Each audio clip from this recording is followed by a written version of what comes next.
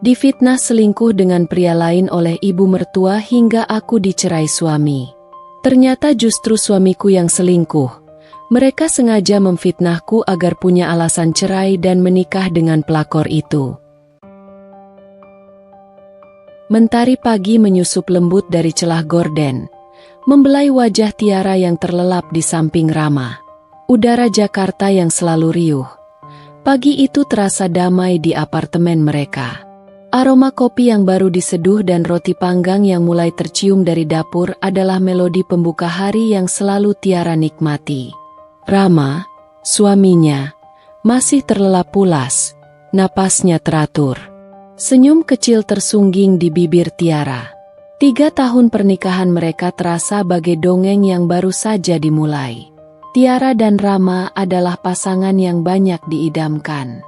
Rama, seorang manajer proyek di sebuah perusahaan konstruksi besar, memiliki karir yang cemerlang. Wajahnya tampan, dengan sorot mata yang teduh dan senyum menawan yang selalu berhasil meluluhkan hati Tiara. Ia protektif, perhatian, dan selalu punya cara untuk membuat Tiara merasa dicintai dan aman. Bagi Tiara, Rama adalah segalanya, jangkar di tengah badai kehidupannya. Tiara sendiri adalah seorang desainer grafis lepas yang cukup sukses. Pekerjaannya memungkinkannya fleksibel. Seringkali ia bisa bekerja dari rumah, mengisi hari-harinya dengan kreativitas dan passion. Ia suka menata apartemen mereka agar selalu nyaman, memasak hidangan favorit Rama, dan memastikan setiap sudut rumah mencerminkan kehangatan. Hubungan mereka terasa seimbang, saling mengisi dan mendukung. Obrolan malam mereka di sofa ruang tamu, ditemani secangkir teh hangat, seringkali menjadi sesi curhat terpanjang, berbagi tawa dan kadang keluh kesah tentang hari yang berlalu. Hubungan Tiara dengan ibu mertuanya, Bu Lastri, awalnya terbilang baik. Bu Lastri adalah wanita parubaya yang elegan, selalu mengenakan batik sutra atau kebaya yang anggun. Senyumnya ramah, dan di awal pernikahan Tiara, Bu Lastri kerap memuji Tiara di depan Rama. Rama beruntung mendapatkan kamu, Tiara. Kamu cantik, mandiri, dan pintar memasak. Puji Bu Lastri suatu ketika saat mereka makan malam di rumahnya. Tiara merasa diterima sepenuhnya dalam keluarga Rama. Rama adalah anak tunggal, sehingga Bu Lastri memang sangat menyayangi Rama. Dan Tiara berusaha keras untuk menjadi menantu yang baik. Ia sering membawakan kue-kue buatan sendiri saat berkunjung, membantu Bu Lastri di dapur, atau sekadar menemaninya berbelanja. Kehidupan rumah tangga mereka nyaris sempurna. Rutinitas pagi yang tenang, makan malam romantis di akhir pekan, liburan singkat keluar kota setiap beberapa bulan sekali. Rama selalu meluangkan waktu untuk Tiara. Meskipun jadwalnya padat, ia akan membawakan bunga mawar merah tanpa alasan, atau mengirimkan pesan singkat manis di tengah hari. Tiara merasa menjadi wanita paling beruntung di dunia. Ia percaya bahwa cinta mereka, dibangun di atas pondasi kepercayaan dan saling pengertian, tidak akan goyah oleh apapun. Namun, belakangan ini, Tiara mulai merasakan sedikit perubahan. Perubahan yang sangat halus, hampir tidak kasat mata, sehingga ia sering menepisnya sebagai perasaannya saja. Bu Lastri mulai sering menelepon Rama di malam hari, lebih sering dari biasanya. Tiara juga sesekali menangkap tatapan aneh dari Bu Lastri saat mereka berkumpul keluarga. Tatapan yang tidak lagi sehangat dulu, melainkan sedikit lebih intens, seolah sedang menilai atau mencari sesuatu. Tiara mencoba tidak memikirkannya, menganggapnya hanya kekhawatiran seorang ibu mertua terhadap anak tunggalnya. Namun, bisikan kecil di sudut hatinya mulai muncul, bisikan yang mengatakan bahwa harmoni yang mereka rasakan mungkin tidak sesempurna kelihatannya. Perubahan itu, meskipun awalnya halus, perlahan mulai terasa lebih nyata dan menusuk. Tiara mulai memperhatikan pola-pola kecil yang sebelumnya ia abaikan, menganggapnya hanya sebagai kebiasaan atau kekhawatiran wajar seorang ibu. Namun, kini ia menyadari Ada benang merah dari semua kejanggalan itu. Telepon dari Bu Lastri untuk Rama tidak lagi hanya di malam hari, saat mereka berdua sudah bersantai. Frekuensinya meningkat drastis, merambah ke jam kerja Rama yang seharusnya padat. Bahkan di akhir pekan ketika mereka sedang merencanakan kencan atau sekadar bermalas-malasan di apartemen. Tiara kerap mendengar Rama menjawab telepon sambil menjauh sedikit, kadang ke balkon atau ke kamar mandi, seolah ingin menciptakan ruang privasi. Nada bicara Bu Lastri di telepon terdengar lebih serius, seringkali berbisik-bisik, dan entah mengapa, setiap kali telepon itu berakhir, Rama akan kembali dengan ekspresi yang sedikit berbeda, lebih tegang, atau kadang terlihat lesu. Ia selalu beralasan, urusan pekerjaan, sayang, atau ibu cuma tanya kabar, biasa saja. Tapi Tiara merasakan ada sesuatu yang mengganjal. Instingnya berteriak bahwa urusan pekerjaan atau sekadar kabar tidak akan membuat Rama harus berbisik-bisik seperti itu. Suatu sore yang cerah, Tiara sedang asyik merancang logo untuk klien barunya. Matanya fokus pada layar monitor. Jemarinya lincah menari di atas mouse. Ponselnya yang tergeletak di meja kopi berdering nyaring. Itu nomor tidak dikenal, dengan kode area yang bukan dari Jakarta. Tiara sempat ragu, khawatir itu panggilan promosi yang mengganggu, namun akhirnya mengangkatnya. Ternyata, itu adalah seorang kurir yang mengonfirmasi alamat pengiriman paket ke apartemen mereka. "Baik, Pak, saya tunggu," ujar Tiara, lalu mengakhiri panggilan dan meletakkan ponselnya kembali. Tak lama setelah itu, Bu Lastri yang kebetulan sedang berkunjung, tiba-tiba masuk ruang tamu dari arah dapur. Ia membawa nampan berisi potongan buah, namun matanya langsung tertuju pada ponsel Tiara di meja kopi. "Siapa yang menelepon, Tiara?" tanyanya tanpa basa-basi. Suaranya sedikit lebih tinggi dan menusuk dari biasanya. Tiara terkesiap, terkejut dengan nada interogasi yang mendadak itu. "Oh, itu kurir, Bu. Mengonfirmasi pengiriman paket saya," jawab Tiara, berusaha tersenyum ramah meskipun ia merasakan gelombang ketidaknyamanan. Bu Lastri tidak langsung percaya. Ia meletakkan nampan buah di meja, lalu melangkah mendekat, seolah ingin memastikan Tiara tidak berbohong. Matanya menyelidik, menatap ponsel Tiara lekat-lekat seolah benda itu menyimpan rahasia besar. Lalu beralih menatap wajah Tiara dengan ekspresi datar. "Paket apa lagi? Bukankah kamu baru saja belanja online minggu lalu?"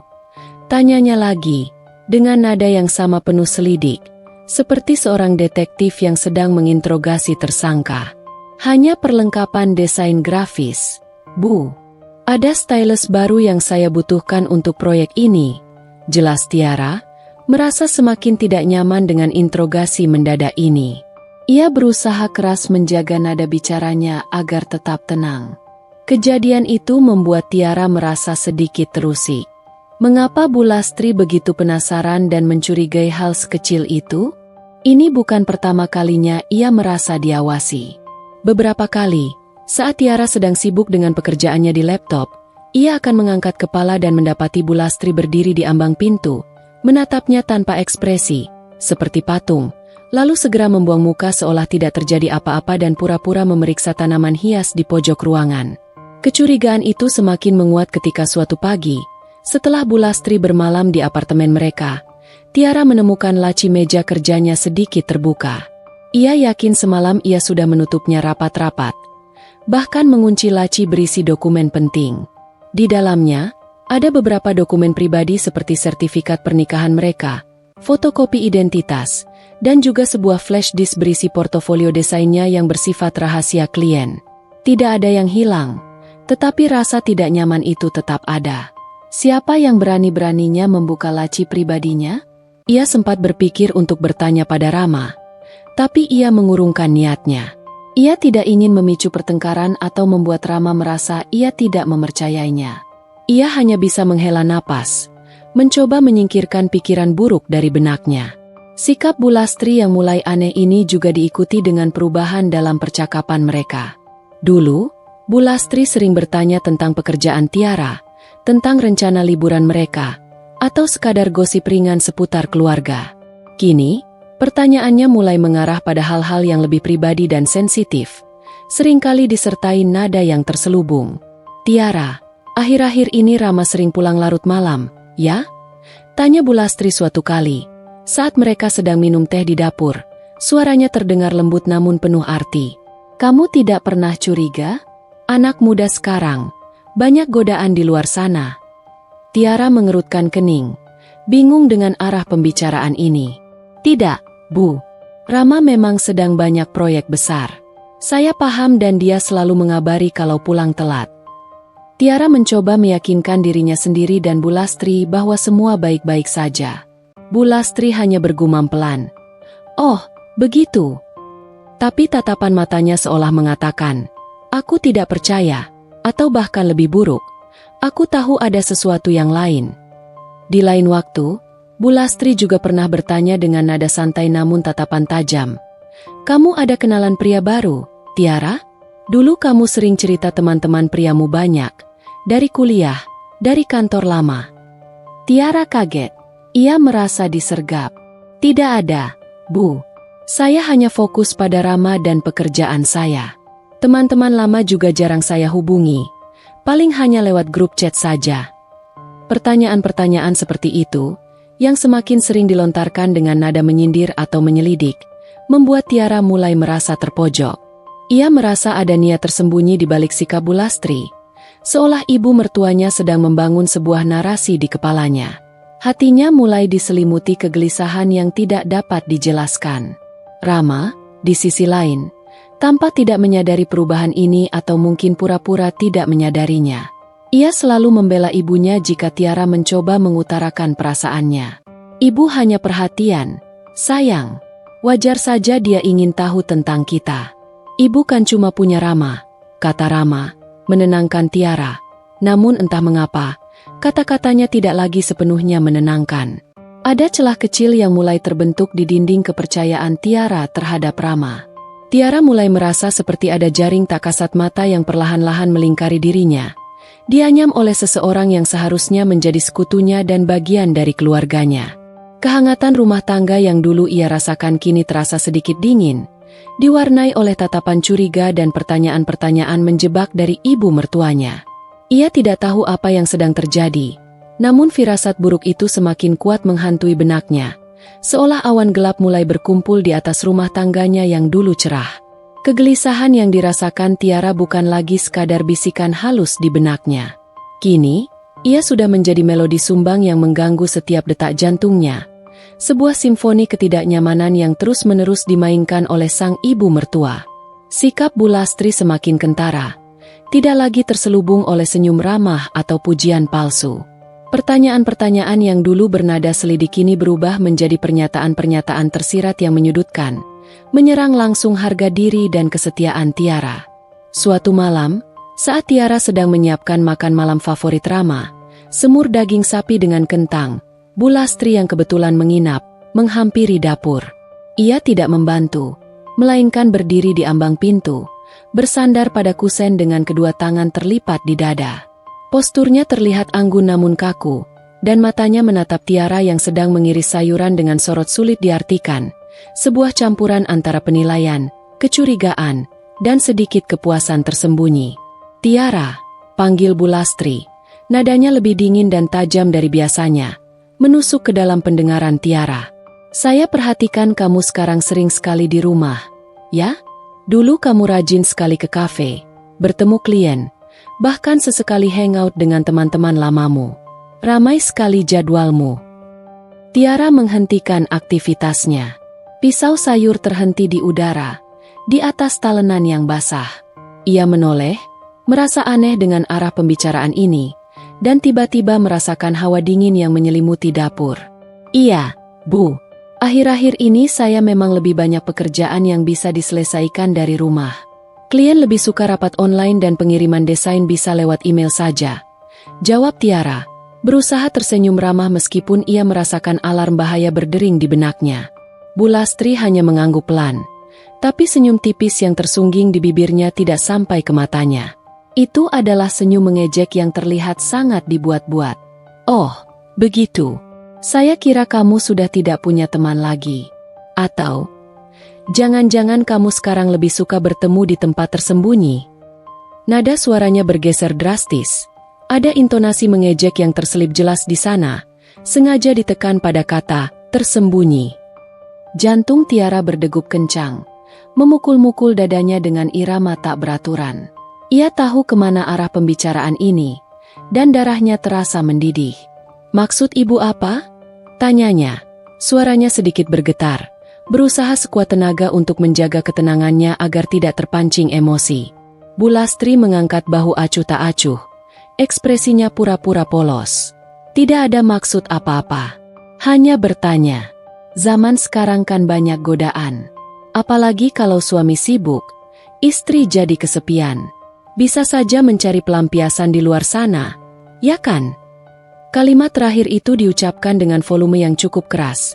Jelas sekali ditujukan bukan hanya untuk Tiara, tetapi juga untuk Rama yang saat itu sedang berada di ruang keluarga.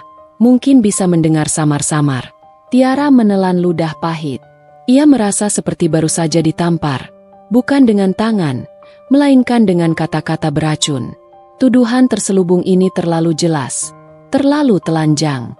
Ia ingin membantah, berteriak bahwa ia tidak seperti itu, bahwa ia selalu setia. Tapi Bu Lastri sudah berbalik dan berjalan pergi dengan langkah tenang, meninggalkan Tiara dalam keheningan dapur yang menyesakan dan rasa sakit yang mulai menggerogoti jiwanya. Perasaan terhina dan marah bercampur aduk, membakar ulu hatinya. Malam itu, setelah makan malam yang canggung dan penuh keheningan, Tiara memberanikan diri menceritakan apa yang baru saja terjadi pada Rama. "Mas, ibu bicara yang aneh-aneh padaku," mulai Tiara, duduk di samping Rama yang sedang melepas sepatu kerjanya di ruang tengah. "Dia bilang aku mungkin mencari pelampiasan karena Mas sibuk. Dia seperti menuduhku berselingkuh." Rama menghela napas, terdengar berat dan lelah, namun bukan karena simpati pada Tiara. "Sudahlah, sayang. Ibu itu kan sudah tua. Pikirannya suka kemana-mana.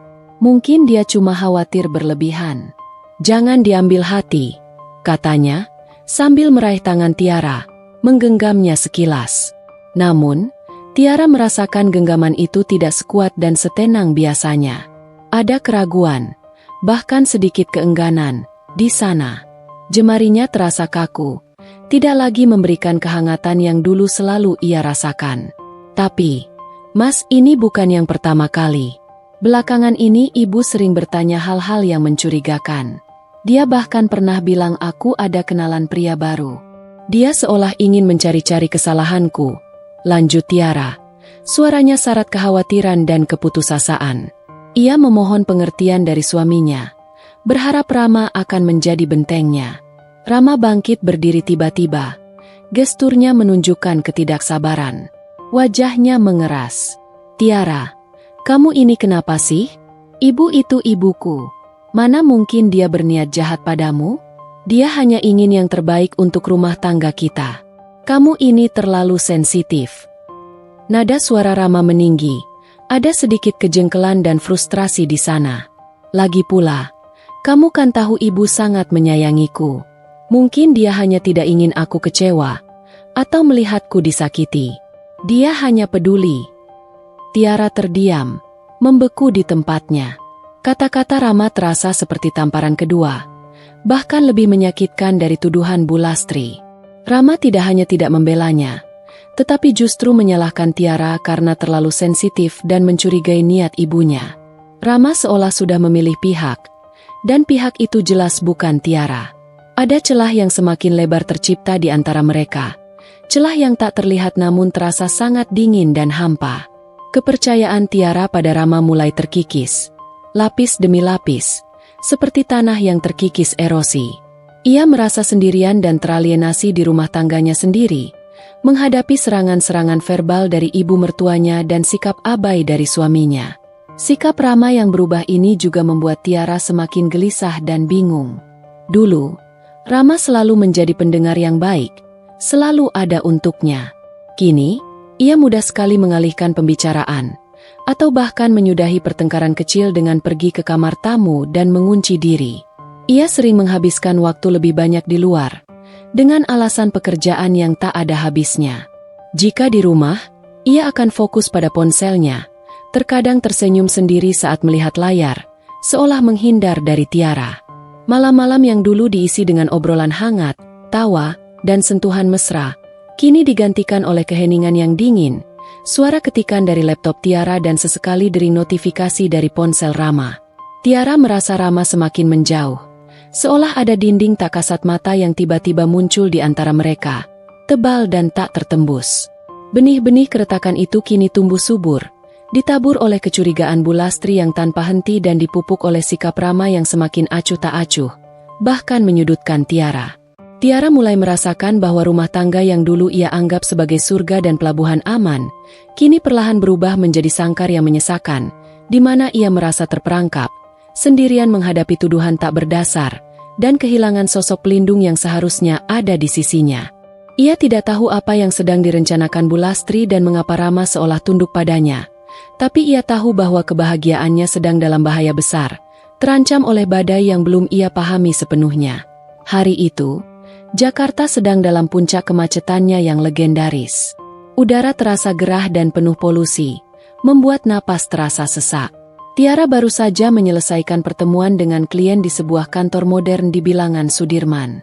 Proyek kali ini cukup besar dan menguras energi, melibatkan revisi desain yang tak terhitung jumlahnya. Tubuhnya terasa pegal, pikirannya penat.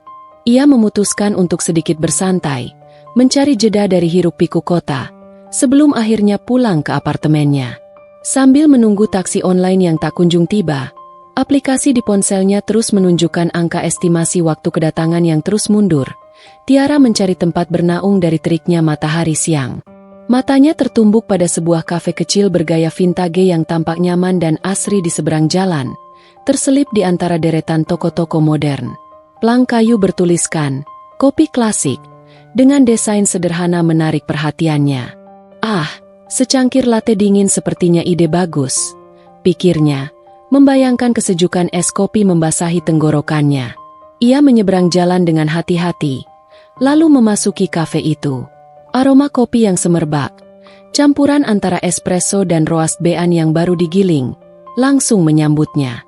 Diikuti alunan musik jazz yang menenangkan dari speaker pojok ruangan, menciptakan suasana yang kontras dengan kebisingan di luar.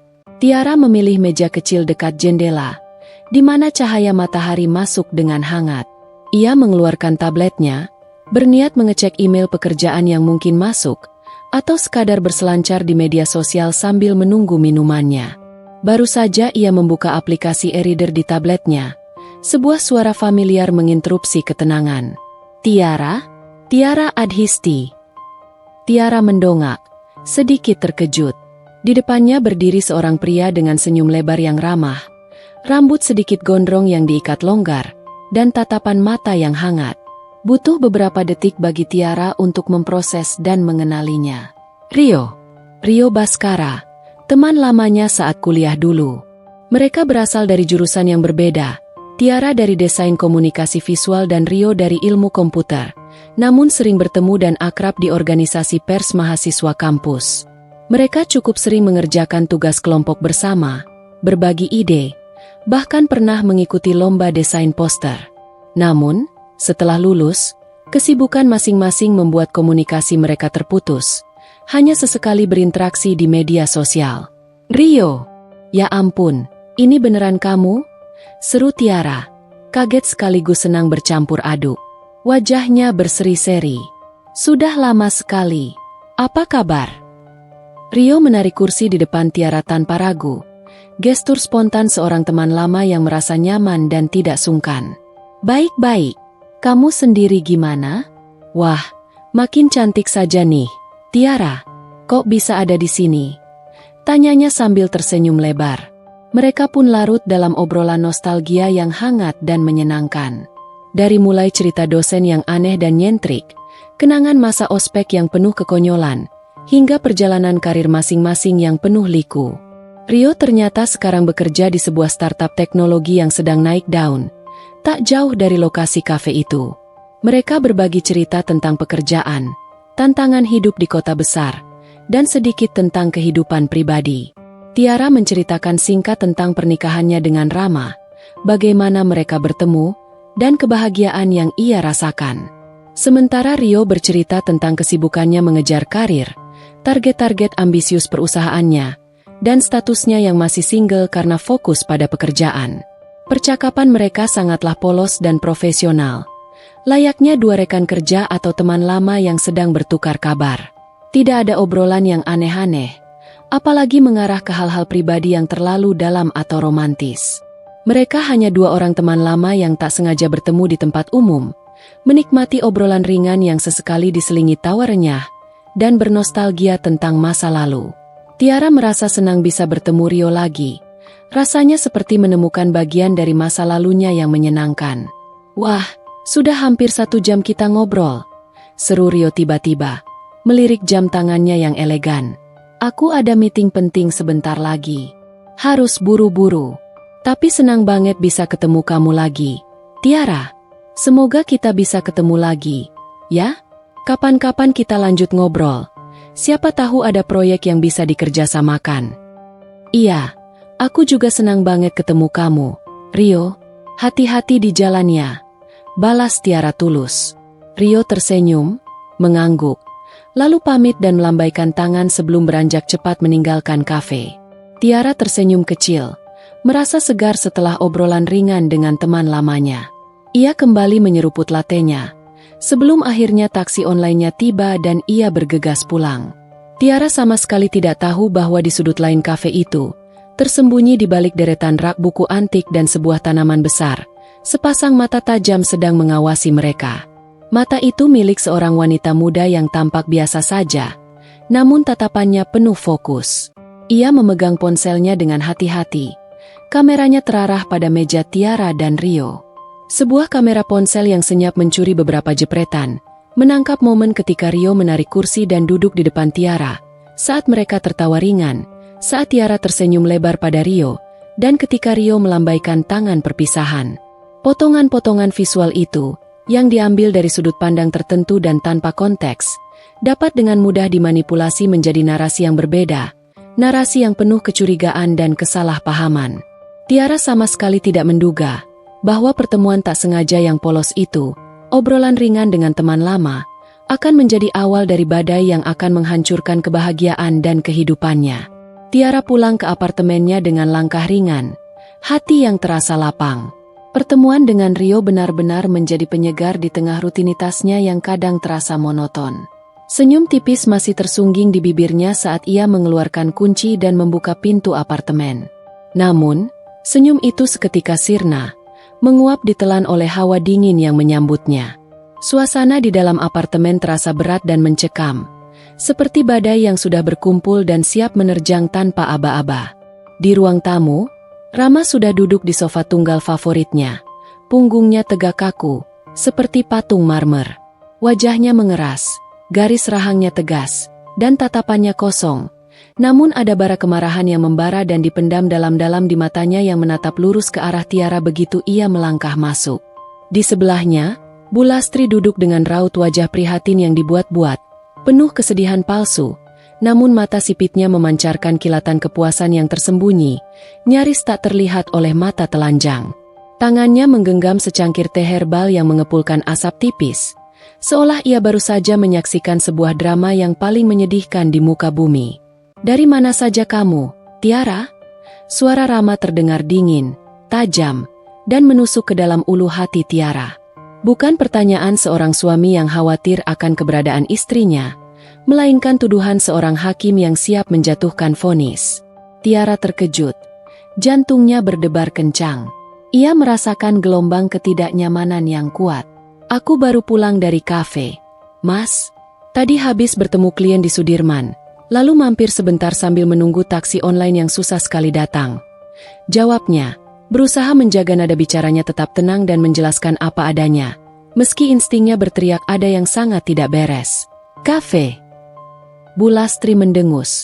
Suaranya syarat ejekan dan sindiran yang menusuk. Ia meletakkan cangkirnya dengan hentakan kecil yang disengaja. Kafe mana yang kamu maksud, Tiara? Yang kamu datangi dengan pria lain itu? Yang kamu tertawa-tawa bersamanya seolah dunia milik berdua? Darah Tiara berdesir dingin, mengalir deras ke seluruh tubuh. Ia menatap Bulastri dengan tidak percaya. Napasnya tercekat. Apa maksud ibu?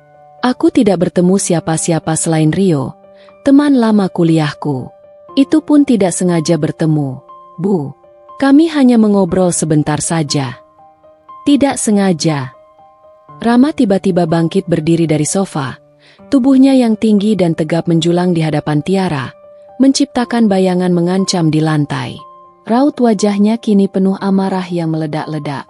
Ia melemparkan beberapa lembar foto ke meja kopi di antara mereka dengan gerakan kasar. Foto-foto itu berhamburan, berserakan, memperlihatkan Tiara sedang berbicara dengan Rio. Ada satu foto di mana Rio tersenyum lebar sambil memegang cangkir kopi, seolah bersulang dengan Tiara, dan Tiara membalasnya dengan senyum. Foto lain menunjukkan Tiara dan Rio tertawa bersama, momen yang polos namun terlihat intim dalam bidikan kamera. Dan yang paling mematikan, sebuah foto di mana Rio melambaikan tangan saat pamit, diambil dari sudut yang seolah-olah Rio sedang meraih tangan Tiara, atau bahkan menggenggamnya. Potongan-potongan gambar itu, tanpa konteks yang sebenarnya, terlihat sangat meyakinkan sebagai bukti perselingkuhan yang tak terbantahkan. Jelaskan ini, Tiara. Jelaskan, bentak Rama. Suaranya menggelegar memenuhi ruangan, bergetar karena emosi yang tampaknya tulus, namun Tiara tahu itu palsu. Nada suaranya kini penuh kekecewaan yang dipalsukan, bercampur dengan amarah yang direkayasa dengan sempurna. Apa ini? Kamu bilang cuma bertemu klien? Ini teman kuliahmu? Kenapa harus berdua di kafe seperti itu? Kenapa tidak jujur saja dan mengaku?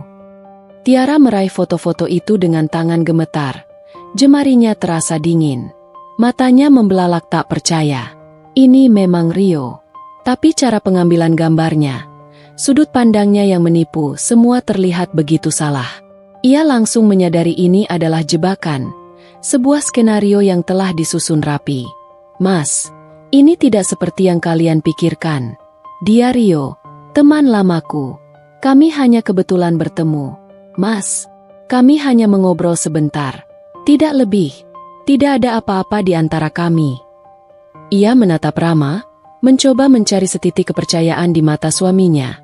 Setitik keraguan yang mungkin bisa ia manfaatkan untuk menjelaskan.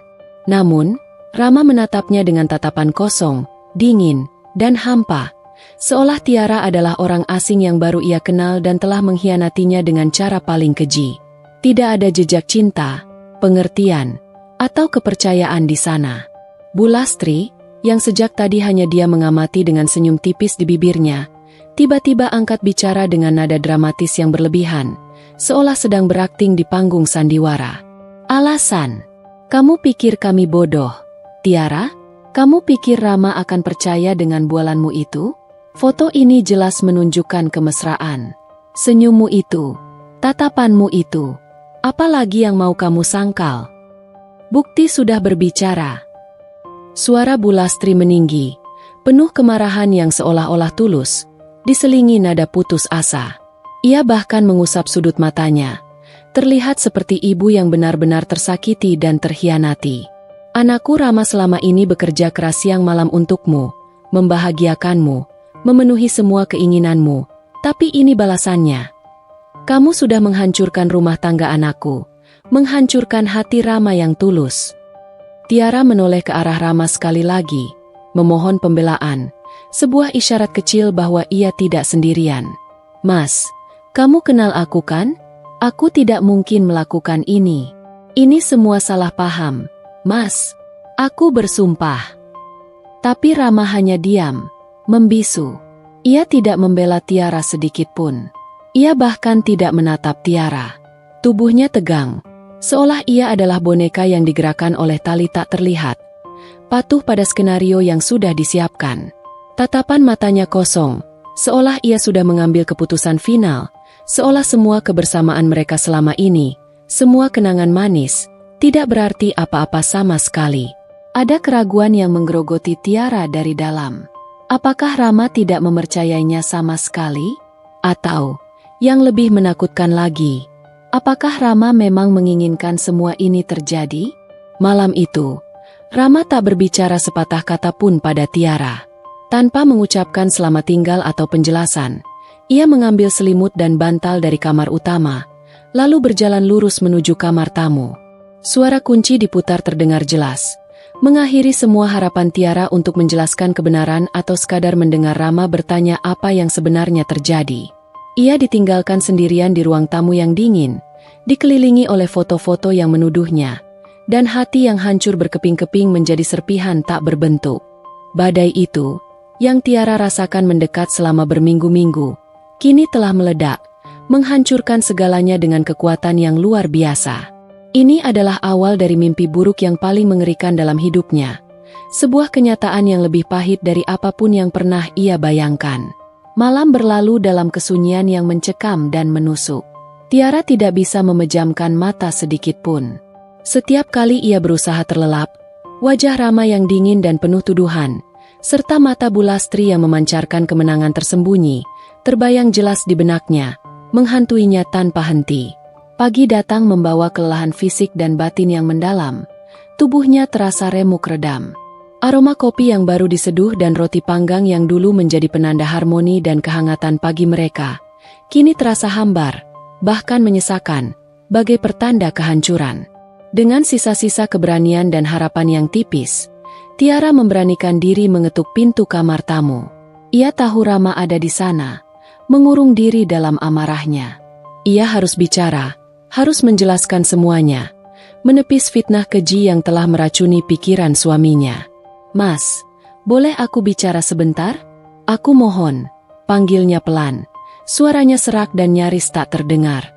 Tidak ada jawaban, hanya keheningan yang membalas. Tiara menunggu beberapa saat, setiap detik terasa bagai menit, lalu mengetuk lagi, sedikit lebih keras. Akhirnya, pintu terbuka sedikit, memperlihatkan sebagian wajah Rama yang kuyu, matanya merah dan bengkak, seolah ia juga tidak tidur semalaman. Namun, sorot matanya tetap dingin, bahkan lebih keras dan menusuk dari semalam, tanpa sedikit pun kehangatan yang dulu selalu Tiara kenali. "Ada apa lagi, Tiara?" tanyanya datar, tanpa ekspresi apapun, seolah ia sedang berbicara dengan orang asing. "Mas, ini tentang semalam. Aku mohon, Mas, dengarkan penjelasanku." Tiara memohon dengan putus asa, suaranya tercekat dan bergetar. Ia berusaha masuk, ingin duduk dan berbicara empat mata dengannya, tetapi Rama menahan pintu, hanya membuka celah sempit, seolah tak ingin Tiara mendekat atau bahkan sekadar menyentuhnya. Sebuah batasan tak kasat mata namun terasa sangat nyata. "Tidak ada yang perlu dijelaskan, Tiara. Buktinya sudah jelas," potong Rama cepat. Nadanya dingin dan menusuk, seperti pisau yang mengiris hati Tiara. Ada kekakuan dalam setiap kalimatnya, seolah ia sedang membaca naskah. "Bukan, Mas. Foto-foto itu hanya kebetulan, Mas. Rio memang teman lamaku, tapi sungguh, tidak ada apa-apa di antara kami. Kami hanya bertemu sebentar, kebetulan, saat aku sedang menunggu taksi online. Itu saja. Aku bersumpah demi Tuhan, Mas, aku tidak pernah selingkuh. Aku tidak pernah mengkhianatimu." Tiara menjelaskan dengan nada putus asa. Air matanya mulai menggenang, membasahi pipinya yang pucat. Ia berusaha meraih tangan Rama, berharap sentuhan mereka bisa melelehkan es di antara keduanya, mengembalikan sedikit saja kehangatan masa lalu. Namun, Rama menarik tangannya dengan kasar, seolah sentuhan Tiara adalah racun. "Cukup, Tiara. Aku sudah muak dengan kebohonganmu. Kamu pikir aku tidak tahu? Kamu pikir aku bodoh? Ibu sudah menceritakan semuanya kepadaku. Dia sering melihatmu keluar diam-diam dengan alasan tidak jelas. Dia juga sering mendengar dering telepon misterius dari nomor yang tak dikenal saat aku tidak ada. Dan sekarang ada bukti foto ini, yang menunjukkan kamu berdua di kafe dengan pria itu, tertawa-tawa tanpa beban seolah tidak punya suami. Apalagi yang mau kamu sangkal?" Nada bicara Rama semakin meninggi, penuh tuduhan. Tiara terhenyak. Tubuhnya terasa lemas. Jadi, semua bisikan dan pertanyaan menjebak Bu Lastri selama ini, semua kecurigaan yang ditanamkan secara perlahan, kini sudah menjadi bukti yang tak terbantahkan bagi Rama. Ibu mertuanya telah merangkai narasi kebohongan dengan sangat rapi, menyusun setiap potongan teka-teki palsu dengan sempurna, dan Rama menelannya bulat-bulat, tanpa sedikit pun bertanya balik atau meragukannya. Itu tidak benar, Mas. Ibu hanya salah paham. Telepon misterius itu kurir yang mengantar paket pekerjaanku, dan aku tidak pernah keluar diam-diam tanpa seizinmu atau tanpa alasan. Aku selalu pamit padamu, Mas. Bukankah kau selalu tahu aku pergi kemana dan dengan siapa? Tiara berusaha membela diri. Kata-kata itu keluar seperti semburan keputusasaan. Sudah, cukup. Aku tidak mau dengar lagi alasan dan kebohonganmu. Rama membentak. Suaranya membahana dan menggetarkan dinding. Wajahnya merah padam karena amarah yang dipalsukan. Kamu tahu betapa kecewanya aku? Betapa hancurnya aku? Kamu menghancurkan kepercayaanku, menghancurkan semua mimpi dan janji yang pernah kita bangun bersama. Air mata Tiara tumpah ruah, mengalir tak terbendung. Ia tidak bisa lagi menahan isaknya. Mas, aku tidak melakukan apa-apa. Aku tidak pernah sekalipun mengkhianatimu. Tolong percayalah padaku. Mas, selama ini aku selalu setia padamu. Aku selalu mencintaimu. Mas, lebih dari siapapun. Rama hanya menatapnya dengan pandangan kosong, dingin, seolah kata-kata Tiara adalah udara kosong yang tak berarti, hanya desiran angin yang tak memengaruhinya. Tidak ada empati, tidak ada keraguan sedikit pun di matanya. Hanya kekecewaan yang dipaksakan dan terlihat sangat artifisial. Percaya? Setelah semua ini? Maaf, Tiara. Kepercayaanku sudah hancur tak bersisa. Aku tidak bisa lagi melihatmu dengan cara yang sama. Kamu bukan lagi Tiara yang aku kenal.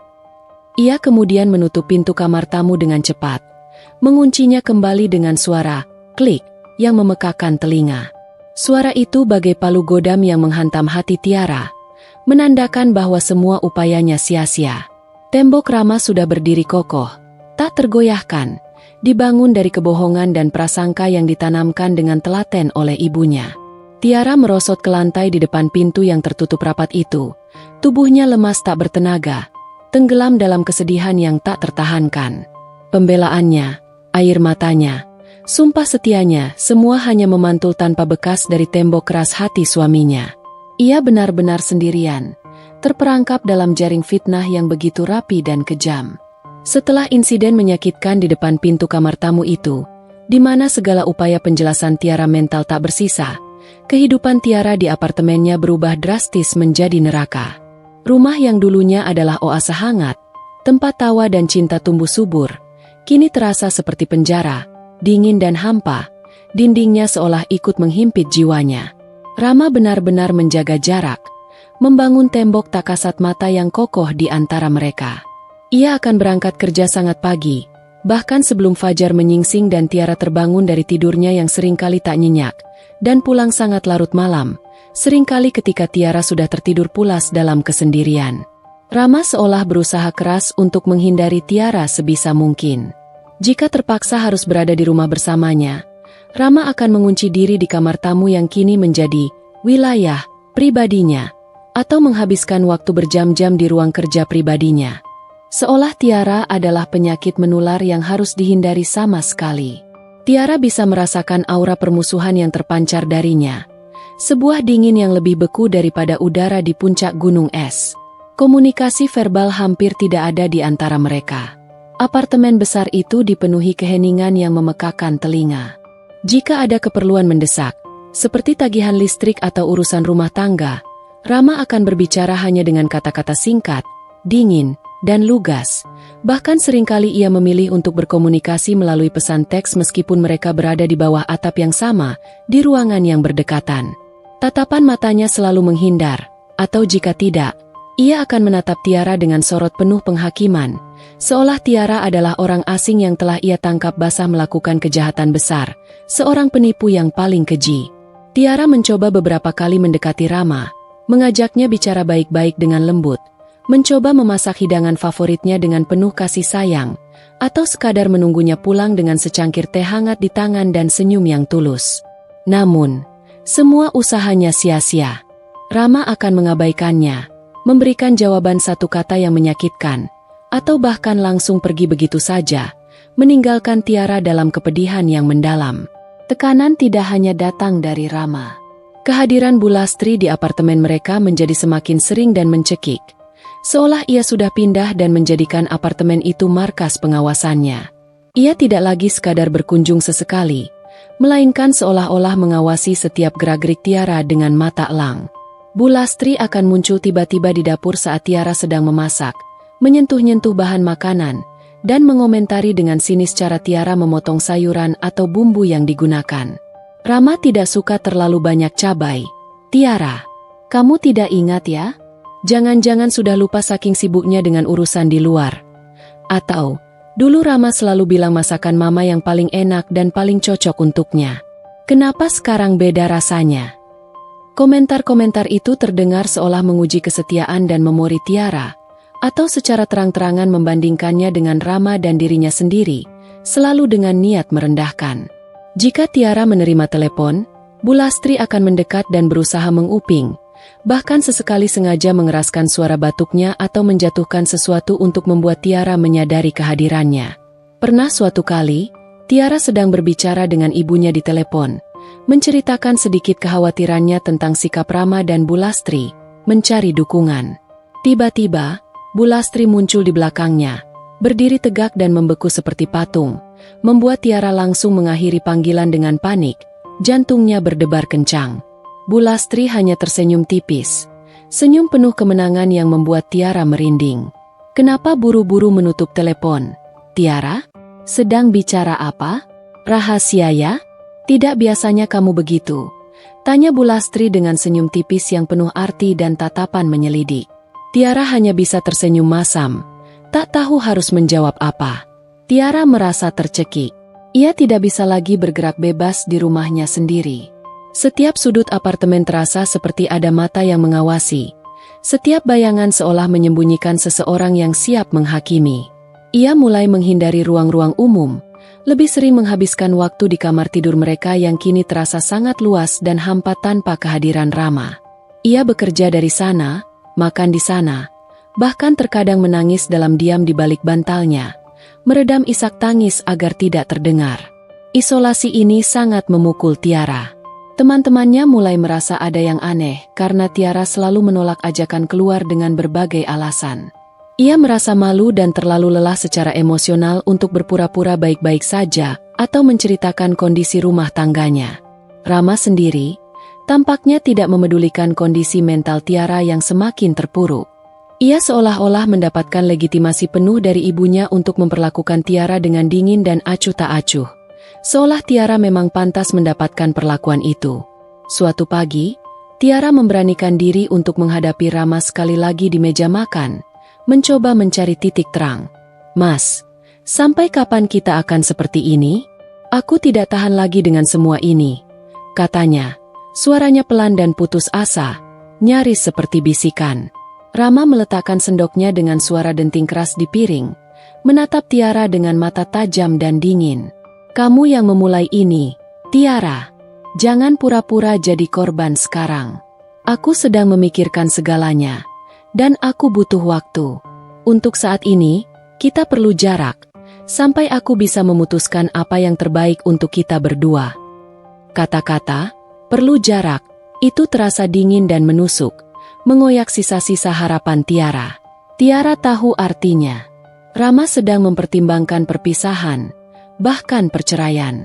Pikiran itu menghantamnya, membuatnya mual dan napasnya tercekat. Ia merasa seperti boneka yang tali-tali kehidupannya perlahan dipotong, satu persatu, meninggalkannya terkapar tak berdaya. Rumah yang seharusnya menjadi tempat aman dan paling nyaman baginya, kini menjadi medan pertempuran tanpa senjata, tempat ia diisolasi, disudutkan, dan terus-menerus ditekan, tanpa ada celah sedikit pun untuk bernapas, berteriak, apalagi melawan. Hari-hari berikutnya berlalu dalam kabut keputusasaan bagi Tiara. Tekanan dan isolasi telah mengikis sisa-sisa semangatnya. Rama semakin jauh, Bu Lastri semakin mendominasi, dan apartemen mereka terasa seperti kuburan bagi kebahagiaan Tiara. Setiap pagi, ia bangun dengan perasaan kosong, dan setiap malam, ia tertidur dalam tangis tanpa suara. Suatu siang yang terik, saat Tiara sedang mencoba fokus pada pekerjaannya, pintu apartemennya diketuk. Ia mengira itu kurir paket, atau mungkin Bu Lastri. Namun, saat membuka pintu, seorang pria berpakaian rapi berdiri di hadapannya, memegang sebuah amplop besar berwarna coklat. "Dengan Ibu Tiara Adhisti?" tanya pria itu dengan nada formal, tanpa senyum. "Iya, saya sendiri," jawab Tiara, sedikit mengernyitkan dahi, merasakan firasat buruk yang tiba-tiba menusuk. "Saya dari kantor hukum Abdi Jaya. Ini surat panggilan dan gugatan untuk Anda," kata pria itu sambil menyerahkan amplop tersebut.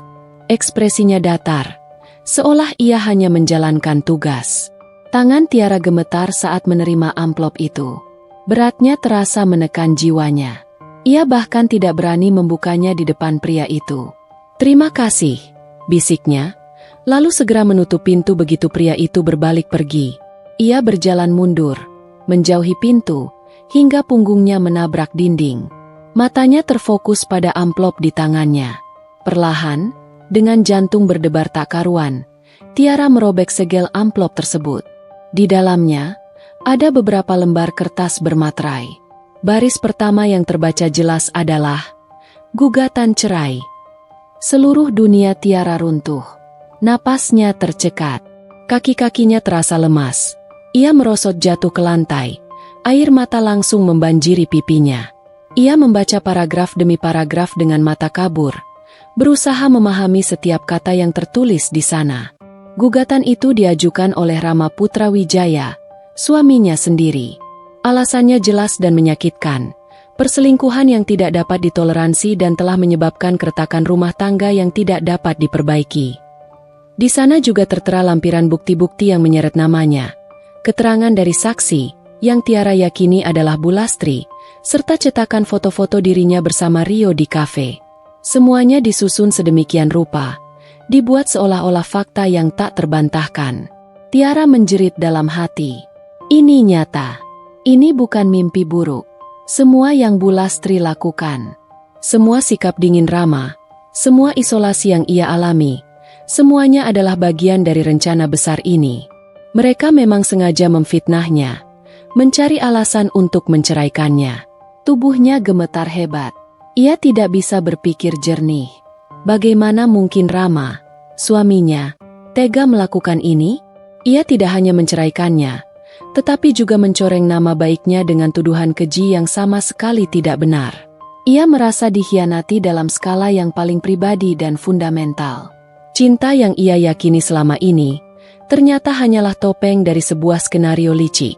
Rama, lelaki yang ia cintai sepenuh hati, yang ia jadikan sandaran, kini telah menjadi algojo yang menjatuhkan vonis paling kejam dalam hidupnya. Ia tidak memberinya kesempatan, tidak memberinya ruang untuk membela diri di luar pembelaan yang sia-sia di hadapan pintu kamar tamu. Surat ini adalah penutup tirai bagi kebahagiaan mereka, dan pembuka bagi babak tergelap dalam hidup Tiara. Ia merasa kosong, hancur, dan tak berdaya. Masa depannya, yang dulu ia bayangkan akan dihabiskan bersama Rama, kini tinggal puing-puing yang berserakan di lantai, sama seperti lembaran surat gugatan cerai di tangannya. Minggu-minggu setelah menerima surat gugatan cerai adalah neraka bagi Tiara, sebuah siksaan batin yang tak berujung. Tidurnya dipenuhi mimpi buruk yang mengerikan, nafsu makannya menghilang sepenuhnya hingga tubuhnya semakin kurus, dan bayangan Bu Lastri yang sinis serta Rama yang dingin terus menghantuinya di setiap detik. Ia mencoba mencari pengacara, seorang kenalan ayahnya yang cukup berpengalaman, untuk membantunya menghadapi persidangan yang akan datang. Namun, setiap kali ia menceritakan kronologi kejadian, sang pengacara hanya bisa menghela napas prihatin dan menggelengkan kepala. Bukti foto yang disajikan Rama, meskipun Tiara tahu itu hasil rekayasa dan diambil tanpa konteks, terlihat sangat meyakinkan dan sulit dibantah di mata hukum. Hari persidangan pertama tiba. Pagi itu, langit Jakarta tampak mendung, seolah turut merasakan kesedihan Tiara. Tiara mengenakan pakaian paling rapi dan sopan yang ia punya, setelan blazer hitam dan blus putih. Namun hatinya terasa compang-camping, seperti kain tua yang dirobek-robek. Ia berjalan memasuki gedung pengadilan yang megah namun terasa dingin dan asing. Arsitekturnya yang kokoh justru menambah kesan intimidasi. Di sana, di ruang sidang yang hening, tegang, dan dipenuhi aura formalitas, ia melihat Rama duduk di sisi lain, mengenakan kemeja rapi, ditemani seorang pengacara berjas hitam yang tampak sangat percaya diri. Di samping Rama, duduklah Bu Lastri, dengan wajah pura-pura sendu dan raut keibuan yang seolah sangat bersedih. Sesekali, Bu Lastri terlihat mengusap matanya dengan sapu tangan, seolah ia adalah pihak yang paling tersakiti dan terhianati di antara mereka semua. Tiara bisa merasakan tatapan tajam Bu Lastri yang menusuknya, seperti pisau yang siap menghunjam jantung. Persidangan dimulai. Tiara mendengarkan dengan nanar saat pengacara Rama membacakan gugatan cerai, dengan fasih mengulang tuduhan perselingkuhan yang keji, seolah itu adalah fakta tak terbantahkan. Mereka menghadirkan foto-foto Tiara dan Rio sebagai bukti utama, memproyeksikannya di layar besar agar semua orang di ruang sidang bisa melihatnya dengan jelas. Gambar-gambar itu, diambil dari sudut pandang yang strategis, memang terlihat seperti bukti kemesraan. Pengacara Rama menjelaskan bagaimana foto-foto itu adalah bukti tak terbantahkan atas pengkhianatan Tiara, menyebutkan perilaku tidak pantas, dan keretakan yang tak dapat diperbaiki akibat perbuatan tergugat. Mereka bahkan menambahkan narasi tentang bagaimana Tiara sering menghilang dari rumah tanpa alasan jelas, atau tidak jujur tentang kegiatannya, menguatkan kesaksian Bu Lastri sebelumnya. Ketika tiba gilirannya, Tiara berusaha sekuat tenaga untuk berbicara. Suaranya bergetar, namun ia mencoba menjelaskan kebenaran yang sesungguhnya. Yang Mulia Hakim, foto-foto itu adalah kesalahpahaman belaka. Pria itu, Rio, adalah teman lama kuliah saya. Kami bertemu tidak sengaja di kafe saat saya sedang menunggu taksi online yang macet. Tidak ada hubungan apapun di antara kami, apalagi perselingkuhan. Saya bersumpah demi Tuhan, saya tidak pernah mengkhianati suami saya. Tiara mencoba menjelaskan konteks kejadian, menceritakan bagaimana ia dan Rio hanya bernostalgia sebentar, dan tidak lebih dari itu. Ia bahkan sempat menatap mata Rama, berharap ada secercah ingatan atau keraguan di sana. Namun, pengacara Rama langsung memotongnya dengan cepat, tanpa memberinya kesempatan untuk bernapas. Apakah Anda bisa membuktikan bahwa pertemuan itu tidak disengaja? Nyonya Tiara, apakah ada saksi lain yang bisa menguatkan pernyataan Anda selain diri Anda sendiri? Dan mengapa Anda tidak segera memberitahu suami Anda tentang pertemuan tidak sengaja ini, jika memang tidak ada yang Anda sembunyikan? Pertanyaan-pertanyaan itu bersifat retoris, memojokkan Tiara ke sudut yang sempit. Tiara terdiam. Ia tidak punya saksi lain selain Rio, yang bahkan ia tidak tahu keberadaannya saat ini atau apakah Rio akan bersedia terlibat dalam masalah rumah tangganya yang rumit ini. Ia juga tidak langsung memberitahu Rama tentang pertemuan itu karena ia menganggapnya terlalu sepele, tidak berarti, dan tidak ingin membebani pikiran Rama yang sibuk. Keterbatasan bukti dan pertanyaan retoris itu benar-benar memojokkannya, membuatnya terlihat seperti seorang pembohong yang sedang mencoba berkelit. Kemudian, giliran Bu Lastri memberikan kesaksian. Ia melangkah maju dengan dramatis. Air mata sudah menggenang di pelupuk matanya. Suaranya terdengar bergetar namun jelas, penuh emosi yang dibuat-buat. Yang Mulia, sebagai seorang ibu, hati saya hancur melihat anak saya seperti ini. Saya sudah sering melihat kejanggalan pada menantu saya, Tiara. Dia sering pulang larut malam dengan alasan yang tidak jelas, sering menerima telepon yang mencurigakan di waktu-waktu aneh, dan selalu menghindar saat saya mencoba bertanya baik-baik.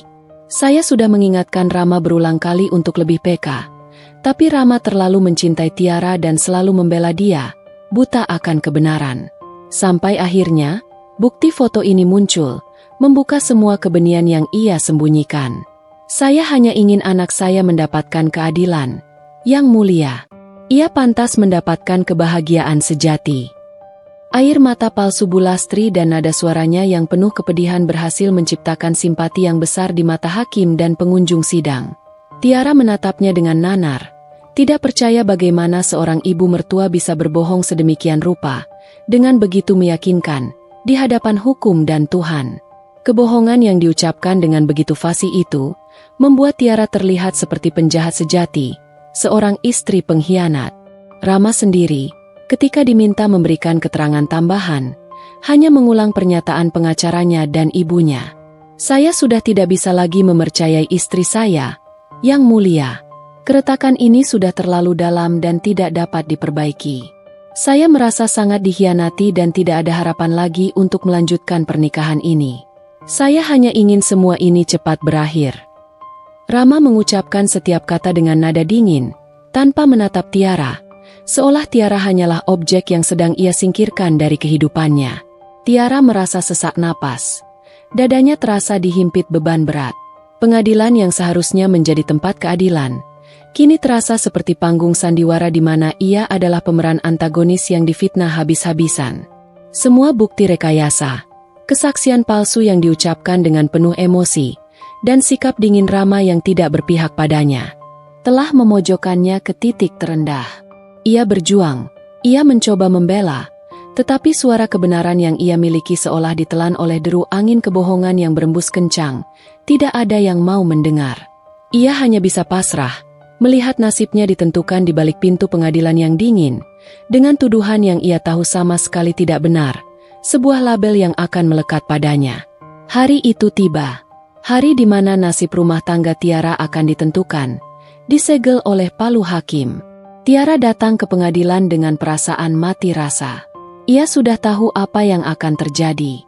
Berhari-hari setelah persidangan pertama, Rama tetap membisu, dan Bu Lastri semakin melancarkan serangan verbal yang membuatnya semakin merasa tak berdaya. Semua harapannya telah pudar.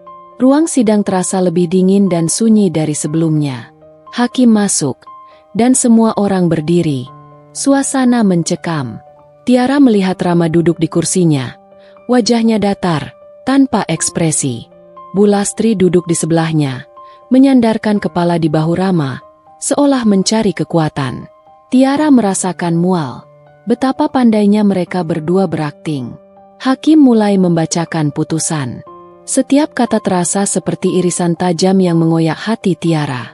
Hakim menyebutkan bukti-bukti yang diajukan oleh pihak Rama, foto-foto Tiara dengan Rio, kesaksian Bu Lastri, dan pernyataan Rama yang mengindikasikan adanya keretakan parah akibat perselingkuhan. Tiara mendengarkan dengan kepala tertunduk. Air mata mengalir pelan di pipinya. Ia tidak lagi peduli jika ada yang melihat. Hatinya sudah hancur.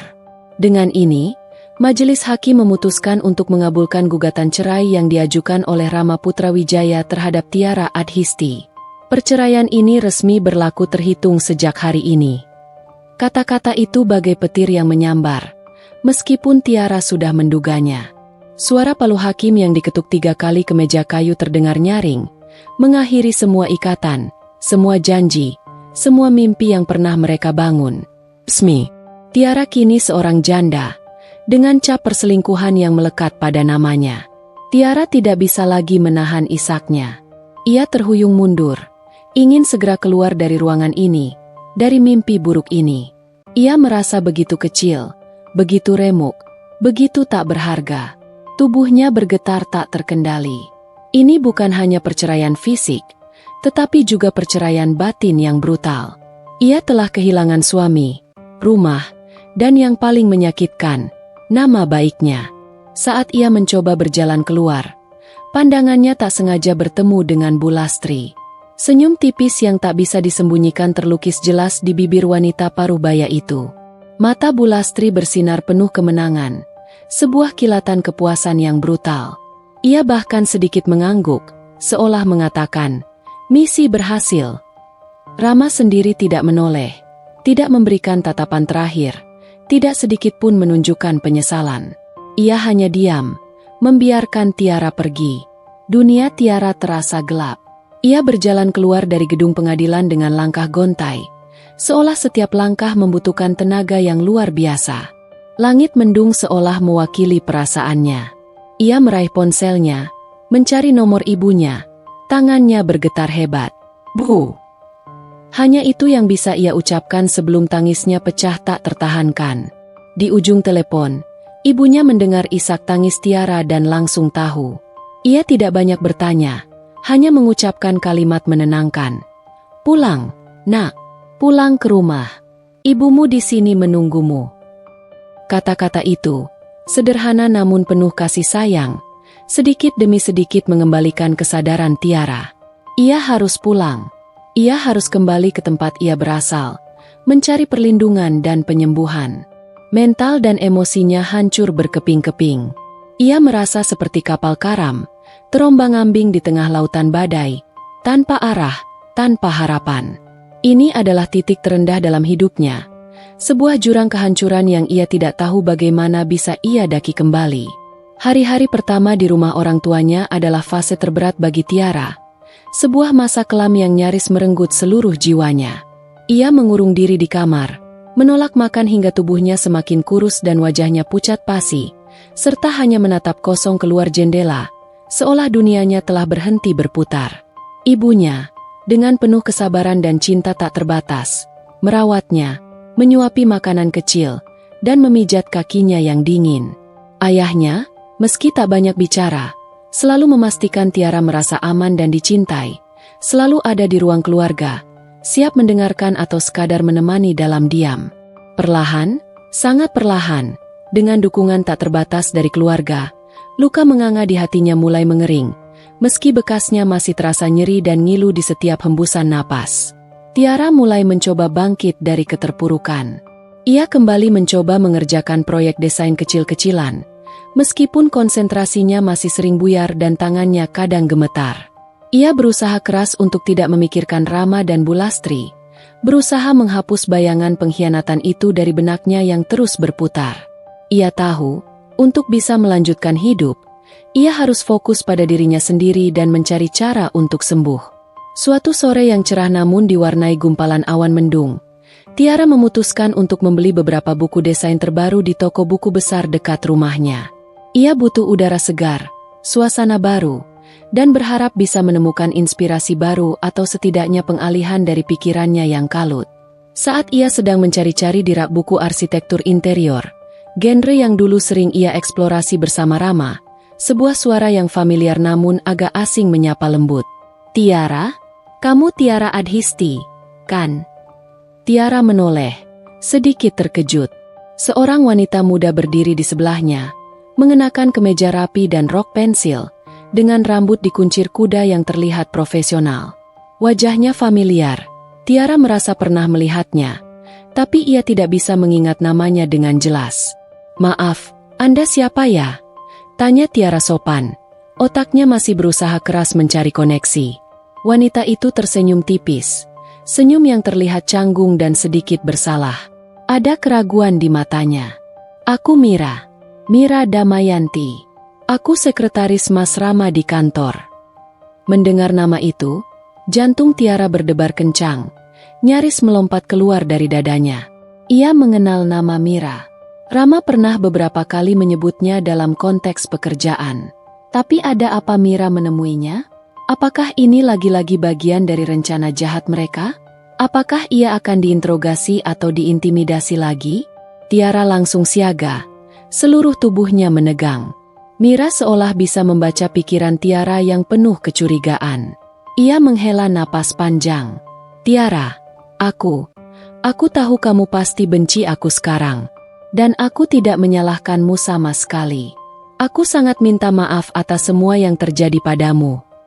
Kata-kata Mira terdengar tulus, dengan sorot mata yang penuh penyesalan dan keputusasaan yang nyata. Aku tahu kamu difitnah. Aku tahu semuanya. Aku sudah tidak tahan lagi menyimpan rahasia ini. Tiara menatap Mira dengan bingung, campur curiga, dan sedikit harapan yang tiba-tiba muncul. Apa maksudmu? Rahasia apa? Mira menghela napas panjang lagi, menatap sekeliling kafe yang mulai ramai seolah takut ada yang menguping pembicaraan mereka. Tidak enak bicara di sini. Tiara, bisakah kita pindah ke kafe seberang? Atau tempat yang lebih tenang? Ada yang harus aku ceritakan padamu. Ini sangat penting, dan ini akan mengubah semuanya. Meskipun ragu, ada sesuatu dalam sorot mata Mira yang tulus dan penuh beban, yang membuat Tiara setuju. Rasa ingin tahu dan harapan untuk mengetahui kebenaran akhirnya mengalahkan rasa takutnya. Mereka berjalan menyeberang jalan dan duduk di sudut kafe yang tenang, sedikit tersembunyi dari pandangan orang lain. Mira memesan teh hangat, sementara Tiara hanya diam, hatinya berdebar tak karuan, menunggu setiap kata yang akan keluar dari bibir Mira. Aku tahu ini sulit kamu percaya, Mira memulai, suaranya pelan dan bergetar, penuh beban. Tapi aku harus mengatakannya. Aku sudah tidak tahan menyimpan rahasia ini. Ini terus menghantuiku. Mira kemudian mulai bercerita, dengan detail yang mengejutkan dan membuat Tiara merasa mual. Ia menceritakan tentang bagaimana Rama sebenarnya sudah menjalin hubungan gelap dengan seorang wanita sejak beberapa bulan terakhir. Bahkan sebelum insiden kafe itu terjadi. Wanita itu bukan Mira, melainkan seorang klien besar penting yang sering berinteraksi langsung dengan Rama dalam proyek-proyek besar, bernama Vanessa. Mira melihat sendiri bagaimana Rama dan Vanessa sering menghabiskan waktu bersama di luar jam kantor, makan malam romantis. Bahkan Vanessa sering datang ke kantor Rama dengan alasan meninjau proyek, padahal sebenarnya untuk bertemu Rama. Tiara membelalakan matanya. Napasnya tercekat. Hatinya mencelos mendengar detail-detail itu. Namun di saat yang sama, ada kilatan kebenaran yang mulai menyusup, menyatukan kepingan-kepingan puzzle yang selama ini ia rasakan. Ini semua masuk akal. Ini semua menjelaskan. Dan Bu Lastri, dia tahu tentang ini? Tanya Tiara, suaranya nyaris berbisik, tidak percaya. Mira mengangguk, matanya berkaca-kaca. Lebih dari tahu, Tiara, dia ikut merencanakan semuanya. Dialah yang mendesak Rama untuk mencari cara agar bisa menceraikanmu tanpa dicurigai. Mereka berdua yang sengaja memfitnahmu dengan kasus Rio itu. Bu Lastri sendiri yang mencari dan menyewa orang untuk mengambil foto kalian di kafe. Semua itu dilakukan agar Rama punya alasan kuat untuk menceraikanmu tanpa harus kehilangan muka, dan bisa menikah dengan Vanessa tanpa kecurigaan atau skandal publik. Kebenaran itu menghantam Tiara seperti gelombang pasang yang dahsyat. Namun kali ini bukan gelombang kehancuran, melainkan gelombang pencerahan yang membakar.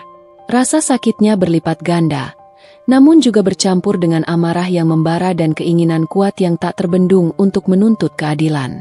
Jadi, semua ini memang sandiwara busuk, sebuah konspirasi yang rapi, direncanakan dengan begitu kejam dan penuh perhitungan. Kenapa kamu memberitahuku ini, Mira? Tanya Tiara, mencoba menahan emosinya yang siap meledak. Mira menunduk. Air mata mulai menetes di pipinya. Aku tidak bisa menanggung beban ini lagi. Tiara, aku melihat bagaimana kamu dihancurkan, bagaimana kamu dikucilkan, dan aku tahu itu semua salah. Rama dan Bu Lastri terlalu jauh. Aku tahu ini salah. Aku merasa sangat bersalah dan menyesal tidak bisa membantumu lebih awal. Mira mengangkat kepalanya, menatap Tiara dengan mata penuh permohonan. Aku bahkan punya beberapa bukti percakapan mereka, email, dan beberapa dokumen yang mungkin bisa membantumu. Aku tidak bisa melihat mereka bahagia di atas penderitaanmu yang tidak bersalah. Tiara terdiam. Di tengah kehancurannya, titik balik ini datang. Secercah harapan muncul dari tempat yang paling tak terduga, dari seseorang yang selama ini ia anggap bagian dari lingkaran musuhnya. Ini bukan lagi hanya tentang perceraian. Ini tentang kebenaran, tentang keadilan, dan tentang membersihkan namanya dari fitnah keji. Dan kebenaran itu, kini ada di genggamannya. Sebuah kekuatan baru yang memberinya semangat untuk bangkit. Di sudut kafe yang sepi itu, aroma kopi yang menguar tipis berpadu dengan alunan musik jazz yang samar, menciptakan kontras tajam dengan badai emosi yang berkecamuk di antara Tiara dan Mira. Dengan tangan yang sedikit gemetar, Mira mengeluarkan sebuah flash disk kecil berwarna hitam dan sebuah amplop coklat tebal dari dalam tas tangannya. Ia meletakkan kedua benda itu di atas meja kayu, tepat di hadapan Tiara, seolah melepaskan beban yang sudah terlalu lama ia pikul. Ini semua yang aku punya, Tiara, bisik Mira, suaranya nyaris tak terdengar, penuh rasa bersalah dan ketakutan yang bercampur aduk. Aku sudah mengumpulkan ini sedikit demi sedikit selama beberapa bulan terakhir. Sebenarnya, awalnya aku tidak tahu persis untuk apa aku menyimpan semua ini. Tapi setelah kejadianmu, setelah aku melihat kamu dihancurkan di pengadilan, aku mulai curiga dan menyadari ada yang tidak beres. Aku harus melakukannya. Tiara menatap flash disk dan amplop itu. Hatinya berdebar tak karuan, seperti genderang perang yang siap ditabuh. Ini adalah bukti yang ia butuhkan, senjata untuk melawan ketidakadilan, sebuah kunci untuk membuka kebenaran yang terkubur. Apa isinya, Mira? Tanyanya. Suaranya serak dan tercekat oleh emosi yang membuncah. Mira menghela napas panjang, seperti sedang membuang beban berat dari dadanya, sekaligus mengumpulkan sisa keberaniannya. Di dalam flash disk itu ada rekaman percakapan Rama dan Vanessa. Ada juga beberapa screenshot chat WhatsApp mereka yang sangat intim, penuh dengan kata-kata mesra dan janji-janji masa depan. Dan yang paling penting, ada rekaman suara Rama yang sedang bicara dengan Bu Lastri tentang rencana mereka untuk memfitnahmu. Mengenai Rio dan foto-foto itu, Tiara, Bu Lastri yang mencari dan menyewa orang untuk memotret kalian. Dia bahkan memberi instruksi spesifik bagaimana mengambil gambar agar terlihat seolah kalian mesra. Bagaimana sudut pengambilan gambar harus menipu agar terlihat seperti adegan perselingkuhan. Darah Tiara mendidih, mengalir deras dalam setiap nadinya. Jadi, semua tebakannya benar. Ini semua adalah sandiwara keji, sebuah konspirasi busuk yang direncanakan dengan sangat rapi dan tanpa hati nurani. Mendengar setiap detail keji itu langsung dari mulut Mira, rasanya lebih menusuk daripada hanya menduga-duga. Rasa sakit yang ia rasakan berubah menjadi amarah yang membara. Dan amplop ini. Tiara menunjuk amplop coklat dengan jari telunjuk yang gemetar. Itu beberapa printout email dari Rama dan Vanessa. Isinya tentang rencana perjalanan mereka berdua. Bahkan ada diskusi tentang masa depan mereka setelah Rama bercerai. Juga ada bukti transfer uang dari rekening Bu Lastri kepada orang yang memotret kalian, sebagai bayaran untuk jasa pengambilan foto itu. Jelas Mira. Rama juga pernah beberapa kali meminta bantuanku untuk mengalihkan jadwalnya, membuat alasan palsu, agar dia bisa bertemu Vanessa di luar jam kantor tanpa sepengetahuanmu. Awalnya aku tidak tahu kenapa, Tiara, tapi lama-kelamaan aku melihat ada gelagat aneh. Mereka berdua, Rama dan Vanessa, sangat dekat, melebihi hubungan klien dan mitra kerja. Bahkan terkadang mereka berpegangan tangan di belakang kantor. Mira menunduk, air mata mulai menetes di pipinya, membasahi ujung hijabnya. Aku tahu aku seharusnya memberitahumu lebih cepat, Tiara. Aku menyesal sekali, tapi aku takut kehilangan pekerjaanku. Rama itu sangat berkuasa di kantor, dan dia bisa melakukan apa saja. Dan Bu Lastri, dia juga sering datang ke kantor, mengawasi gerak-gerikku, membuatku merasa terintimidasi. Tapi setelah aku melihat bagaimana kamu hancur di pengadilan, bagaimana kamu sendirian menghadapi semua fitnah itu, aku tidak bisa diam lagi, Tiara. Aku tidak bisa lagi tidur tenang. Aku tahu ini salah, dan aku harus melakukan sesuatu, apapun risikonya. Mira mengangkat kepalanya, menatap Tiara dengan mata berkaca-kaca, penuh permohonan maaf. Tiara menggenggam erat flash disk dan amplop itu, seolah menggenggam nyawanya sendiri. Jemarinya dingin, namun hatinya terbakar amarah yang membara. Kehancuran yang ia alami selama ini, semua rasa sakit yang tak terperi, semua fitnah yang melekat padanya dan menghancurkan reputasinya, ternyata adalah hasil dari sebuah konspirasi yang begitu menjijikan dan kejam. Rama, suaminya, yang ia cintai sepenuh hati, ternyata adalah seorang pengkhianat yang licik, tega mempermainkan kepercayaannya demi harta dan ambisi.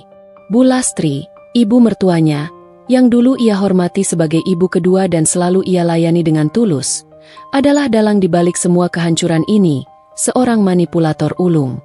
Vanessa itu, bagaimana orangnya, Mira? Tanya Tiara. Suaranya dipenuhi campuran rasa ingin tahu dan amarah, ingin tahu lebih banyak tentang wanita yang telah merebut suaminya dan ikut menghancurkan hidupnya. Mira menjelaskan, Vanessa itu klien besar perusahaan Rama, seorang kontraktor properti. Usianya sedikit di atas Rama. Dia seorang janda kaya raya yang sangat ambisius dan manipulatif. Dia dan Bu Lastri sepertinya sangat cocok. Tiara. Mereka sering terlihat belanja bersama di mal-mal mewah, atau makan siang di restoran mahal, bahkan jauh sebelum kamu diceraikan. Bu Lastri terlihat sangat menyukainya. Jauh lebih menyukai Vanessa daripada kamu, padahal kamu menantunya sendiri. Kepingan-kepingan puzzle akhirnya menyatu sepenuhnya, membentuk gambaran mengerikan yang jelas.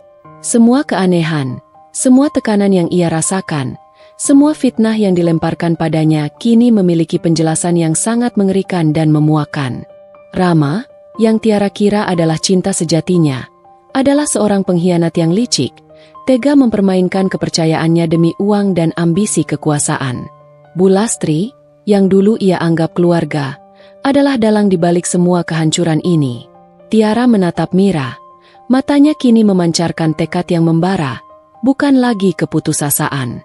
Terima kasih, Mira. Terima kasih banyak. Kamu sudah menyelamatkan aku dari kebohongan ini. Kamu sudah memberiku kekuatan untuk bangkit. Suaranya bergetar, antara rasa syukur yang mendalam dan amarah yang meletup-letup. Mira hanya mengangguk, masih dengan ekspresi bersalah. Apa yang akan kamu lakukan sekarang, Tiara? Tanyanya, sedikit khawatir. Tiara menatap flash disk di tangannya. Matanya menatap tajam ke depan, seolah melihat masa depan yang kini penuh dengan tujuan baru. Aku akan membersihkan namaku. Mira, semua orang harus tahu kebenaran ini. Dan mereka akan membayar mahal atas semua yang mereka lakukan padaku. Ini belum berakhir. Suasana di kafe itu seolah berubah. Dari suram menjadi penuh energi pembalasan. Kebenaran telah terbongkar, dan kini Tiara memiliki bukti yang tak terbantahkan untuk melawan. Setelah Mira pergi, meninggalkan Tiara sendirian di sudut kafe yang kini terasa begitu hening, Tiara masih duduk terpaku di kursi. Flash disk kecil berwarna hitam dan amplop coklat tebal di tangannya terasa bagai bara api, membakar telapak tangannya. Panasnya menjalar hingga ke seluruh lengan. Otaknya berputar, memproses setiap detail kebenaran yang baru saja ia dengar, setiap potongan informasi yang begitu kejam. Rama, suaminya, yang ia cintai dan percayai seumur hidupnya, ternyata telah merekayasa semua ini, mengorbankan Tiara demi ambisinya. Bu Lastri, ibu mertuanya, yang selalu ia layani dengan tulus hati, adalah dalang utama di balik kehancurannya, seorang manipulator ulung yang bersembunyi di balik senyum palsu. Dan Vanessa, seorang wanita asing yang kini merebut posisi Tiara, adalah alasan utama dari semua penderitaan ini.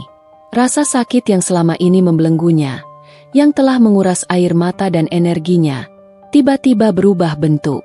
Bukan lagi kesedihan yang melumpuhkan, yang membuatnya hanya ingin meringkuk dalam kegelapan, melainkan sebuah kobaran api kemarahan yang membara di dalam dirinya. Amarah itu memanaskan setiap sel tubuhnya, mengalirkan adrenalin, mengusir rasa lemas dan putus asa yang selama ini menguasainya. Tiara merasa seperti gunung berapi yang sudah lama tertidur, kini siap meletus, melepaskan semua lava kemarahan, kekecewaan, dan rasa terhianati yang tertahan. Mereka tidak akan lolos begitu saja, bisiknya pada diri sendiri. Suaranya parau namun penuh tekad yang tak tergoyahkan. Wajahnya yang semula pucat pasi kini memerah karena emosi yang bergejolak. Matanya yang sembab kini menyala dengan kilatan tajam, memancarkan determinasi. Mereka telah mengambil segalanya darinya. Rumah tangganya yang bahagia, nama baiknya yang bersih, bahkan hampir merenggut kewarasannya dengan fitnah keji. Kini, ia tidak lagi kosong. Ia memiliki senjata, kebenaran yang dilengkapi dengan bukti konkret. Tiara bangkit dari kursinya. Langkahnya kini terasa lebih mantap dan tegap.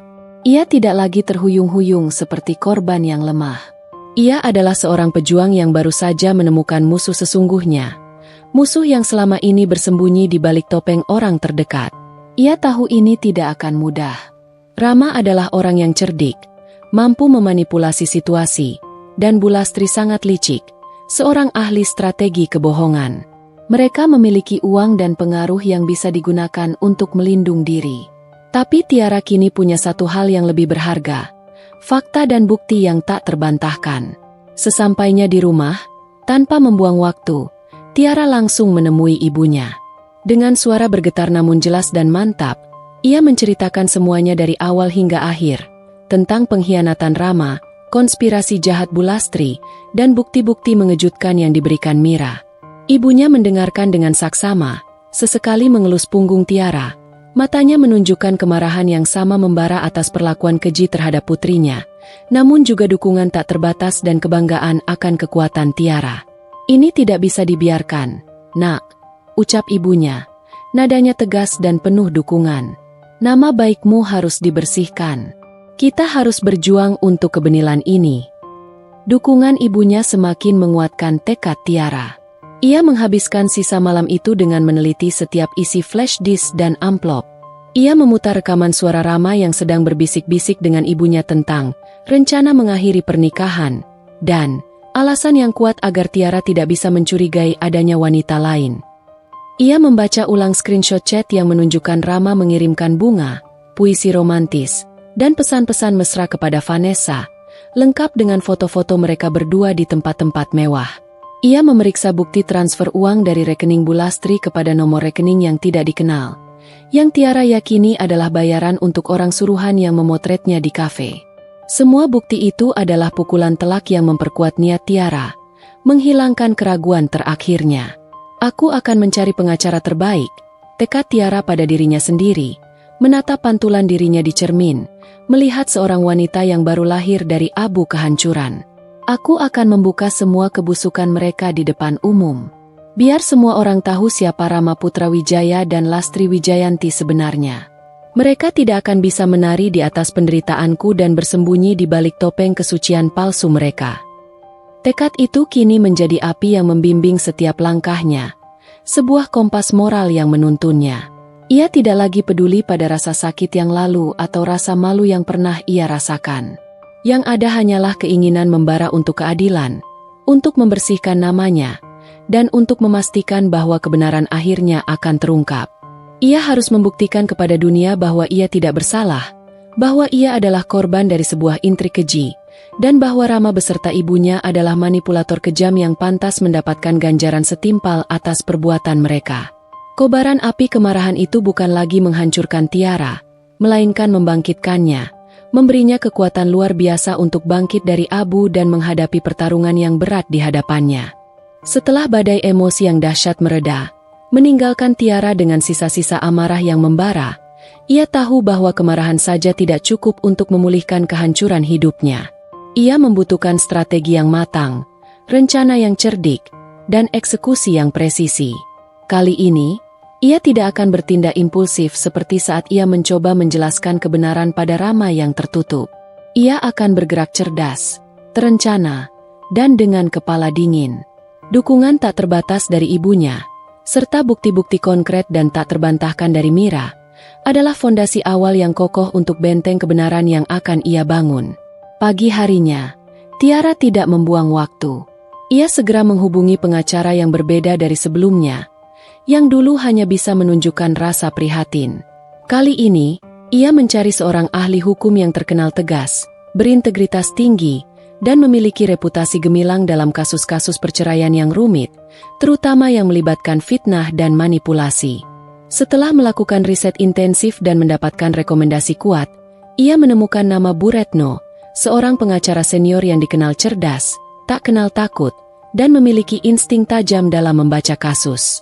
Dengan langkah mantap yang kini dipenuhi tekad, Tiara mendatangi kantor Bu Retno, membawa serta flash disk dan amplop bukti yang Mira berikan, seolah membawa harta karun yang tak ternilai. Bu Retno adalah wanita parubaya dengan sorot mata tajam dan ekspresi tenang yang memancarkan aura profesionalisme. Rambutnya disanggul rapi, dan ia mengenakan setelan jas yang elegan. Ia mendengarkan Tiara dengan saksama, tanpa memotong sedikit pun, mengamati setiap detail emosi dan kata-kata Tiara. Ketika Tiara selesai bercerita, air mata mengalir, dan ia menunjukkan semua bukti yang ada. Rekaman, screenshot chat, bukti transfer uang. Bu Retno menghela napas, namun di matanya tidak ada keraguan, hanya fokus yang tajam. "Ini bukan kasus perceraian biasa, Tiara. Ini adalah kasus pencemaran nama baik, rekayasa hukum, dan penipuan yang sangat serius.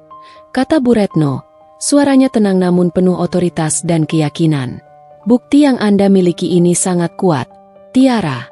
Ini bisa membalikan keadaan sepenuhnya, bahkan mengubah arah kasus perceraian Anda. Mereka tidak hanya menceraikan Anda dengan alasan palsu, tetapi juga secara sengaja menghancurkan reputasi dan martabat Anda di mata hukum dan masyarakat. Tiara mengangguk, matanya berkaca-kaca, merasakan secercah harapan yang sudah lama hilang. Saya hanya ingin keadilan, Bu. Saya ingin nama baik saya bersih kembali. Saya tidak ingin mereka lolos begitu saja setelah semua yang mereka lakukan pada saya dan hidup saya.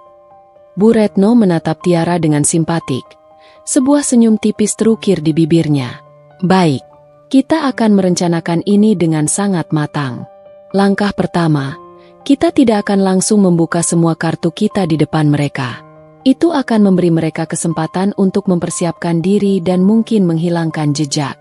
Kita akan mengumpulkan lebih banyak informasi dan menguatkan bukti-bukti ini. Bu Retno kemudian menjelaskan rencana aksinya dengan detail yang terstruktur. Ia akan meminta timnya untuk melakukan investigasi mendalam, memverifikasi setiap detail yang Mira berikan, dan mencari bukti pendukung lainnya. Mereka akan melacak transfer rekening dari Bu Lastri secara lebih rinci, mencoba mencari tahu identitas fotografer yang disewa, dan mungkin bahkan mencari informasi lebih lanjut tentang hubungan Rama dan Vanessa, termasuk aset-aset Vanessa atau kemungkinan keterlibatan perusahaan. Kita akan mengajukan gugatan balik atas dasar fitnah dan pencemaran nama baik, serta mengajukan banding atas putusan cerai Anda yang didasari bukti palsu. Jelas Bu Retno, nadanya tegas. Tapi sebelum itu, kita perlu memastikan semua bukti kita solid, tak terbantahkan, dan siap untuk dihadirkan di pengadilan.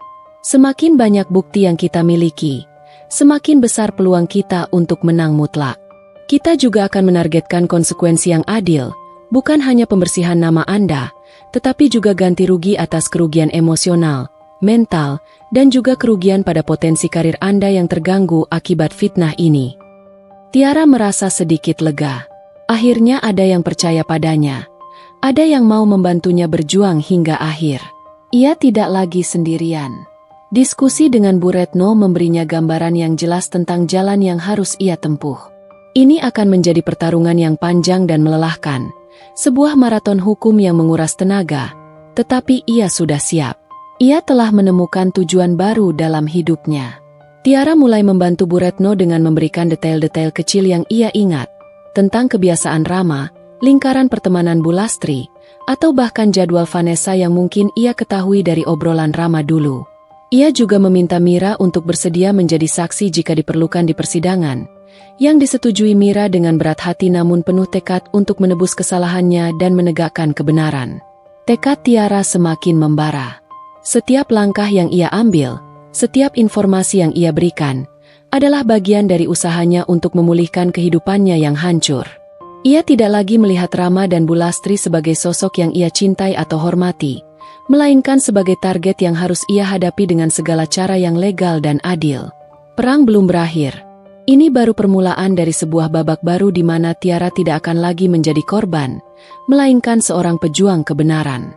Setelah Bu Retno dan timnya mulai bergerak, Tiara merasakan sedikit ketenangan yang belum pernah ia rasakan sejak badai ini dimulai.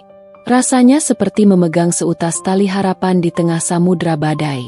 Ia tahu proses ini akan panjang, berliku, dan menguras tenaga, tetapi setidaknya ia tidak lagi berjuang sendirian dalam kegelapan. Strategi Bu Retno adalah mengumpulkan bukti sebanyak mungkin dan memverifikasinya secara menyeluruh sebelum melakukan langkah hukum yang besar. Namun, Bu Retno juga menyarankan agar Tiara mulai memberikan sinyal halus kepada Rama dan Bu Lastri, sinyal bahwa ia tidak akan diam, bahwa ia tahu, dan bahwa permainan mereka sudah berakhir. Kesempatan untuk memberikan sinyal itu datang dalam bentuk undangan makan malam keluarga yang mendadak. Adik Rama, Citra, menghubungi Tiara dan mengajaknya makan malam bersama di rumah orang tua mereka. Citra tampaknya tidak tahu apa-apa tentang drama di balik perceraian kakaknya. Ia hanya mengira Rama dan Tiara sedang ada masalah rumah tangga biasa yang lumrah terjadi pada pasangan suami istri. Tiara sempat ragu dan ingin menolak, tetapi Bu Retno menyarankan untuk datang. Ini kesempatanmu untuk mengamati reaksi mereka, Tiara. Dan mungkin, untuk memberikan petunjuk kecil, sebuah peringatan dini, ujarnya. Malam itu, Tiara datang ke rumah mertuanya, tempat yang dulunya ia anggap rumah kedua, tempat ia menumpahkan kasih sayang dan berbagi kebahagiaan. Kini, tempat itu terasa asing, dingin, dan penuh jebakan, seolah setiap sudut menyimpan racun. Suasana makan malam terasa sangat canggung, tegang, dan dingin.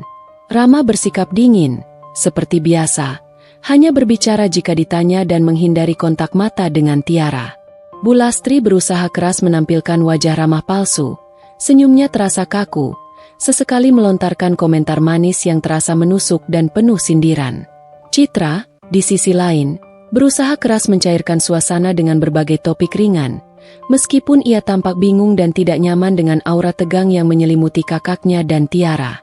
Saat hidangan penutup, sebuah kue tart blueberry favorit Rama disajikan. Tiara melihat Bu Lastri mengeluarkan ponselnya dengan gerakan yang disengaja dan flamboyan, seolah ingin memamerkan sesuatu. Sebuah senyum tipis, penuh kemenangan, terlukis di bibir wanita paruh baya itu. Lalu, dengan sengaja, ia mengeraskan volume suaranya saat berbicara kepada Rama.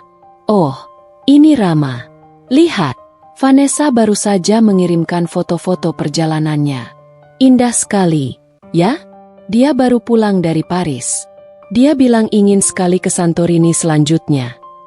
Tiara tahu ini adalah sindiran yang sengaja dilontarkan Bu Lastri, sebuah usaha untuk memamerkan kemenangan mereka dan memicu rasa sakit Tiara. Bu Lastri bahkan melirik Tiara dengan tatapan penuh kepuasan dan ejekan, seolah menanti reaksinya. Rama hanya diam, pura-pura fokus pada makanannya, meskipun Tiara bisa melihat ia sedikit tersenyum mendengar nama Vanessa dan menyebutkan tempat liburan impian itu. Tiara mengambil napas dalam-dalam, menahan gejolak emosi yang ingin meledak di dadanya. Ini adalah momennya, kesempatan emas yang diberikan takdir. Ia tersenyum, senyum yang tidak sampai ke mata, senyum dingin yang mematikan, lalu berbicara dengan nada yang tenang, datar, namun sangat jelas, cukup keras agar semua orang di meja itu, terutama Rama dan Bu Lastri, bisa mendengar dengan jelas setiap katanya. "Oh, Vanessa? Paris. Bukankah itu yang kalian berdua bicarakan di rekaman yang saya dengar tempo hari, Bu? Tentang rencana honeymoon masa depan dan bagaimana perjalanan itu akan menjadi tempat yang sempurna untuk merayakan kebebasan kalian berdua setelah semua masalah selesai." Ruangan itu mendadak hening total. Keheningan yang begitu pekat sehingga suara napas pun terdengar keras. Sendok yang dipegang Rama jatuh dengan suara kling yang nyaring ke piringnya, memecah keheningan. Wajahnya yang semula tenang kini memucat pasi. Darah seolah mengering dari wajahnya. Bu Lastri, yang tadinya tersenyum lebar penuh kemenangan, kini terdiam membeku, matanya membelalak tak percaya. Ekspresinya berubah drastis dari puas dan angkuh menjadi panik, takut, dan marah dalam sekejap. Citra menatap Tiara, Rama, dan ibunya secara bergantian dengan kebingungan yang nyata, mencoba memahami apa yang baru saja terjadi. Apa maksudmu, Tiara?"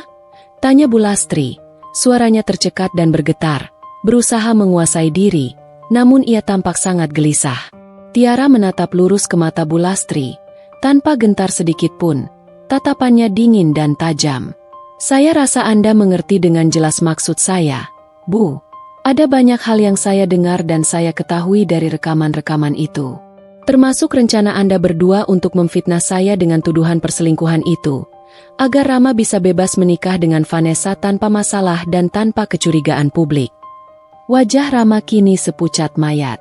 Ia bangkit dari kursinya dengan sangat cepat, seolah ingin melarikan diri dari kenyataan pahit itu, namun tubuhnya kaku, tertahan oleh tatapan Tiara yang menusuk. Bu Lastri juga terlihat sangat gelisah. Air mukanya menunjukkan ketakutan, amarah, dan kekalahan yang bercampur aduk. Skenario yang mereka bangun dengan susah payah, setiap intrik dan kebohongan yang telah mereka rajut, kini mulai runtuh satu persatu di hadapan Tiara.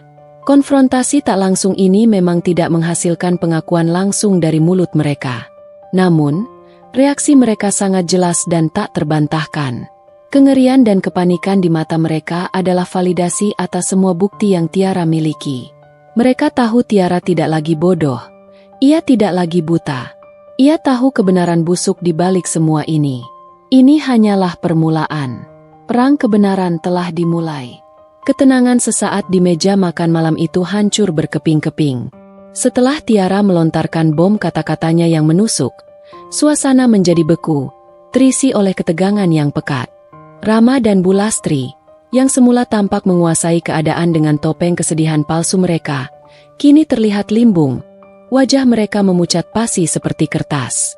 Citra, yang menyaksikan semua itu, hanya bisa menatap mereka bertiga dengan pandangan tidak mengerti dan bingung, mencoba merangkai potongan percakapan yang begitu membingungkan dan penuh misteri. Tanpa menunggu reaksi lebih lanjut, apalagi meminta maaf, Tiara bangkit dari kursinya dengan gerakan anggun namun penuh kekuatan. Ia tidak ingin lagi menghabiskan waktu sedetik pun di tempat yang penuh kepalsuan dan intrik busuk itu. "Saya rasa urusan saya sudah selesai di sini," katanya dingin, suaranya mantap dan tanpa getar sedikit pun. Ia melirik Rama dan Bu Lastri satu persatu. Tatapannya penuh peringatan dan api balas dendam yang membara. "Sampai jumpa di pengadilan. Kita akan lihat siapa yang tertawa terakhir." Tiara berbalik dan melangkah keluar dengan kepala terangkat tinggi, meninggalkan keheningan yang tegang dan dua wajah yang ketakutan di belakangnya. Ia tahu, kata-katanya sudah menancap dalam pikiran mereka, seperti belati yang menusuk ke jantung. Keesokan harinya, seperti yang sudah diperkirakan Bu Retno, badai balasan dari pihak Rama mulai datang, menghantam Tiara dari berbagai arah. Pertama, Tiara menerima email resmi dari pengacara Rama, berisi peringatan keras agar tidak menyebarkan fitnah, isu-isu pribadi, atau mencampuri urusan pribadi Rama dan keluarganya, dengan ancaman tuntutan balik yang berat atas pencemaran nama baik. Mereka jelas panik dan berusaha membungkam Tiara sebelum kebenaran terungkap luas. Tidak hanya itu, Tiara juga merasakan tekanan di dunia profesionalnya. Beberapa proyek desain besar yang sedang ia tangani, tiba-tiba dibatalkan secara sepihak oleh klien dengan alasan yang tidak jelas dan tidak masuk akal.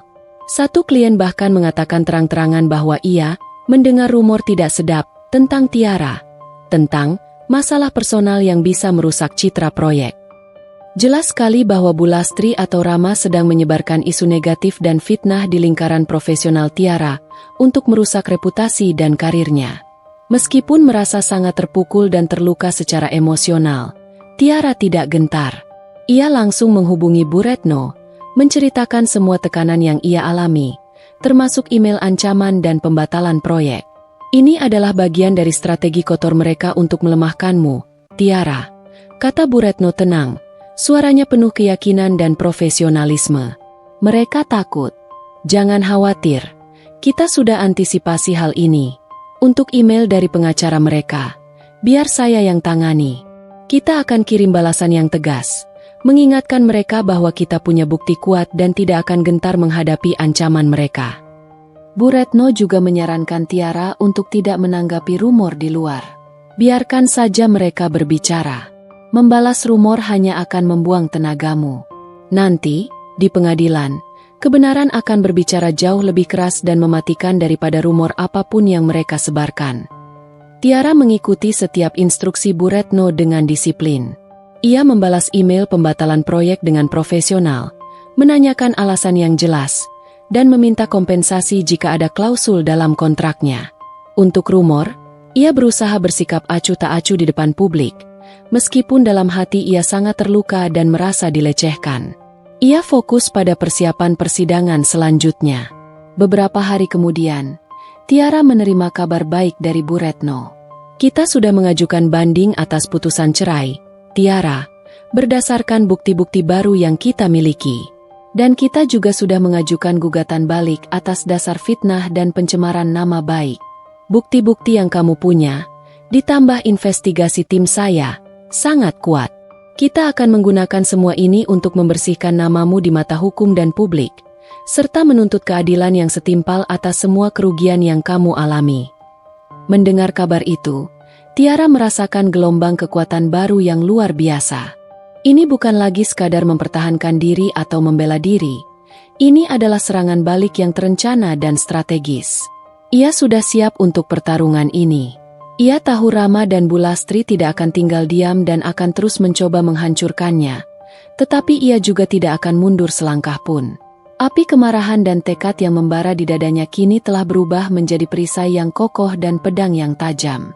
Tiara siap menghadapi badai balik itu, dan ia akan memastikan kebenaran akan terungkap, seberapapun sulit dan menyakitkan prosesnya. Persidangan banding dan gugatan balik yang diajukan Tiara berjalan dengan sangat intens dan penuh drama. Bu Retno benar-benar menunjukkan kelasnya sebagai pengacara handal. Ia secara sistematis dan tanpa ampun membongkar setiap kebohongan yang dibangun oleh Rama dan Bulastri. Dengan bukti-bukti valid dari Mira, rekaman suara, screenshot chat, dan bukti transfer uang, serta hasil investigasi tim Bu Retno, kebenaran mulai terkuak satu persatu di ruang sidang. Mira, meski terlihat gugup, memberikan kesaksian yang kuat. Ia menceritakan detail tentang perselingkuhan Rama dan Vanessa, serta bagaimana Bulastri secara aktif terlibat dalam rencana memfitnah Tiara. Kesaksiannya, ditambah bukti-bukti pendukung, membuat wajah Rama dan Bulastri semakin pucat. Mereka berusaha menyangkal, bahkan menuduh Mira berbohong, tetapi Bu Retno selalu memiliki sanggahan yang lebih tajam dan bukti yang lebih kuat. Puncaknya, rekaman suara percakapan antara Rama dan Bulastri diputar di ruang sidang. Suara mereka jelas, membahas bagaimana cara memisahkan Rama dari Tiara dengan alasan yang masuk akal dan tidak merusak reputasi Rama, bahkan menyinggung tentang investasi Vanessa yang akan masuk ke perusahaan. Seluruh ruangan terdiam. Hakim tampak terkejut. Rama dan Bulastri menunduk, tidak berani menatap siapapun. Wajah Rama terlihat hancur. Ia tidak lagi bisa menyembunyikan rasa bersalahnya. Bulastri, yang biasanya penuh percaya diri, kini tampak seperti patung. Air mukanya menunjukkan kekalahan total. Tuduhan perselingkuhan yang semula dilemparkan kepada Tiara, kini berbalik menghantam Rama dengan telak. Setelah melalui beberapa kali persidangan yang melelahkan, tiba saatnya putusan final dibacakan. Ruang sidang dipenuhi oleh awak media yang sudah menunggu-nunggu hasil kasus ini, karena berita tentang drama perceraian pengusaha dan tuduhan fitnah sudah menjadi konsumsi publik. Hakim menyatakan bahwa berdasarkan bukti-bukti baru yang sangat kuat, persidangan sebelumnya telah cacat dan putusan cerai Tiara Adhisti dinyatakan batal demi hukum. Lebih lanjut, Majelis Hakim menyatakan bahwa Rama Putra Wijaya dan Lastri Wijayanti terbukti bersalah atas tuduhan fitnah dan pencemaran nama baik terhadap Tiara Adhisti. Mereka diwajibkan untuk membayar sejumlah kompensasi yang besar kepada Tiara atas kerugian material dan imaterial yang telah ia alami. Selain itu, Rama juga diperintahkan untuk segera mengurus proses perceraian baru, dengan Rama sebagai pihak yang mengajukan, dan alasan perceraian harus disebutkan sebagai ketidakcocokan atau keretakan yang tidak dapat diperbaiki, tanpa menyebutkan nama Tiara terkait perselingkuhan. Palu hakim diketuk. Kemenangan mutlak berada di tangan Tiara. Air mata Tiara tumpah. Namun kali ini bukan air mata kesedihan, melainkan air mata lega, kelegaan yang luar biasa. Namanya telah dibersihkan. Keadilan telah ditegakkan. Tiara keluar dari gedung pengadilan dengan kepala tegak, dikelilingi oleh wartawan. Bu Retno mendampinginya dengan senyum bangga. Rama dan Bulastri terlihat keluar dari sisi lain, menghindari sorotan kamera. Wajah mereka terlihat putus asa dan malu. Tiara memberikan pernyataan singkat kepada media, didampingi Bu Retno. Hari ini, kebenaran telah terungkap. Saya bersyukur keadilan telah ditegakkan. Ini adalah pelajaran berharga bagi kita semua tentang pentingnya integritas dan kejujuran. Saya berharap tidak ada lagi orang yang mengalami apa yang saya alami. Dengan kemenangan ini, Tiara mendapatkan kembali bukan hanya nama baiknya, tetapi juga kekuatan dan harga dirinya. Ia kini bebas, lepas dari ikatan pernikahan yang penuh kebohongan. Masa depannya, yang dulu terasa gelap, kini tampak cerah. Ia tahu jalan ke depan tidak akan mudah, namun ia telah melewati badai terburuk. Ia akan memulai lembaran baru, dengan pelajaran berharga tentang kekuatan, ketahanan, dan pentingnya berjuang untuk kebenaran. Tiara Adhisti, yang sempat hancur, kini bangkit kembali, siap merajut kehidupannya sendiri. Tamat.